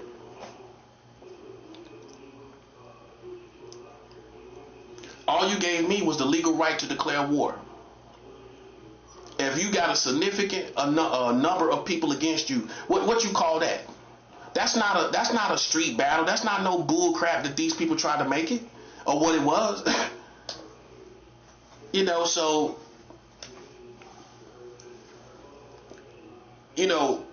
I declare war, of course. If I see a whole bunch of people against me and they're using guerrilla warfare, which is the community and the stores and the grocery stores and the phone place, all of this is against me. What you think I'm gonna do? What you expected me to do was ball up like a little punk and die. In so many ways, and it wasn't happening. I went to war. I declared war, and I supposed to. I can go to the UN. I can go to any country and literally remind you, I'm the same person that wrote President Maduro. I can go to any country and tell them the Americans' position against me, and they not gonna look at it like no Bugs Bunny game. It's not Bugs Bunny. You know what I'm saying? They gonna look at that as war. It's a significant number of people against you, and you ain't done nothing. Okay, that's a war. I understand. Yeah. Now people look stupid when I went to war, and you standing around like you don't know why. You know why? They used all these people against me, and that's why they got what they got. That's why it happened. So that's why, man, now that I achieved my objective here in New York City, I'm going back down south like I supposed to.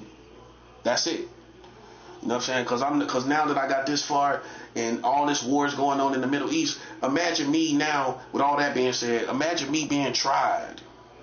You feel me? Imagine me being tried by somebody, bro. Using little kids outside and all this kind of other little crazy stuff. It's time to go, bro. It's time to go. I ain't finna be subject to that. What kind of black man you think I am? What kind of black man you think I am? I'm gonna let them use little girls outside to try to trigger my mind. Little girls crying or singing around you, making noise around your window, but trying to trigger you. They doing it to trigger your mind. Man, you think I'm stupid? I'm militant minded, man. I pay attention to everything, even from little girls. I know even when little girls are enemies, and they deserve what they deserve. Straight like that. You put them on the battlefield, they gonna get what they deserve. And I'm telling you to your face, that's what's gonna happen. You use them on the battlefield, they gonna get what they deserve. This is what a man becomes after years and years of playing with these Americans. Coast to coast, everywhere. This ain't a game. I'm not acting. I'm not an actor. This is not a movie. This is real life, man. This is my life. This is what I'm going through. Y'all, I don't know what y'all going through. This is what I'm going through. So anybody play with my life and then I think about my kid, my son, I couldn't even be in his life. With all this stuff going on, how am I going to be in his life? They did not regard my relationship with my son. They knew I had a relationship. They knew I had a kid. A white man, they care about his kids. They don't care about your kids because you black. They don't care about your kids not having a father because you black. They ain't care. So why should I care? Why should I care about their kids? They ain't care about mine. That's what they ain't care about my son. Me being in his life, obviously not. I know they found out I had a son. They too nosy. They too ratchet, man. They found that out. Okay, then, so you didn't care. You didn't care. Okay, so why should I care? That's how I look at it. I'm being real. I'm being human. I'm being human. Why should I care? You know what I'm saying? Why should I care about anything? That's why I just removed myself. But I proved. I did try. You can't say I came to New York and I tried to be civilized. You know what I'm saying? I tried to be among the community. But they took advantage of this and used it against me and used this whole situation like they military against me and played themselves. You can't act like you military against God's kingdom, bro. We'll shut down America. We'll shut down any country on this earth. And let that be a future reference for any other country that wants some. That wants some from this side. We can give it to anybody. Anybody can get it. If we gave it to America, anybody can get it. I'm glad I'm able to use them as a reference. Because that's the standard. That's the bar that I set. If we can take care of them, we can take care of anybody else. This is God's kingdom. That's what this is.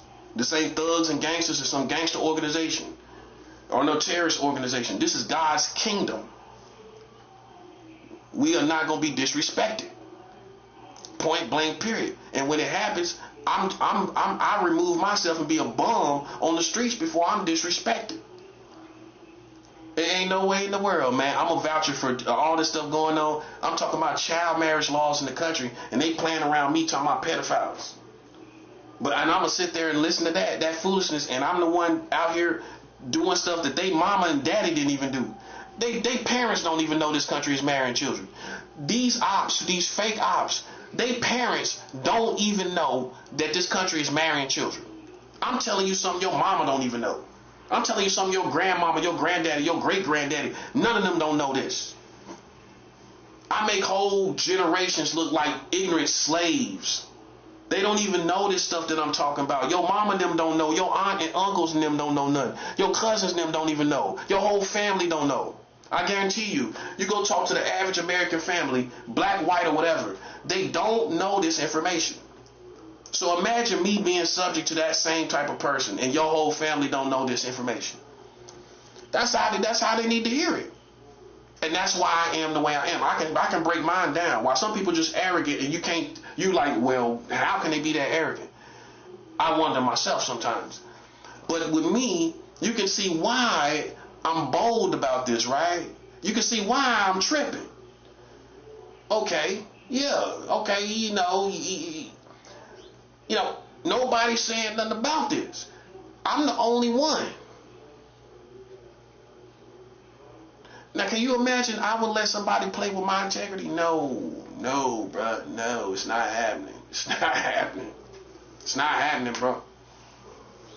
It's not happening. That's why I moved on. That's why listen, they offered me an apartment. I didn't even want it. Nope, because I know it's a setup. It's going to be the same situation.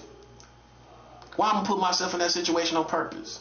Where they can play with me over and over again. And you can't say I'm being unreasonable. They've done it 3 times. This organization, HASA, put me in a trap 3 times. Strike 3 and you out. I'm not going through this again. No.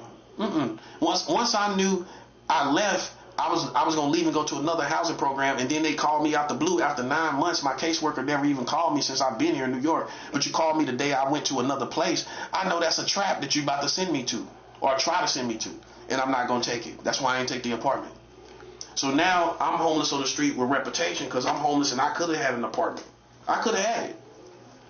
If I was a slave, if I just bowed down to any kind of foolishness, and I'm not going to do it. We already achieved our military objective, the spiritual military objective. I don't need to do anything else. I'm on overtime. I made that clear in my other videos. This is overtime. I already achieved my objective. This country is almost in a position to be a collapse with this war in the Middle East. That's a good place for me to go. Oh, it's going to get worse. So my objective is basically accomplished. We way ahead of schedule. I ain't expected to be like this. I don't know when. So as soon as I had that option to leave now, based on our progression, I have options. I don't have to stay here to get it done because it's done. So now that's done. So now I'm not going to stay here just to be here in New York. No, I had an objective. I had a mission. I achieved my objective, and I ain't gonna be under here with under a circumstance where people playing with my integrity over and over again, playing in my face. Come on, I deserve way more respect, even from enemies. Enemies gotta even realize, nah, he told this country up.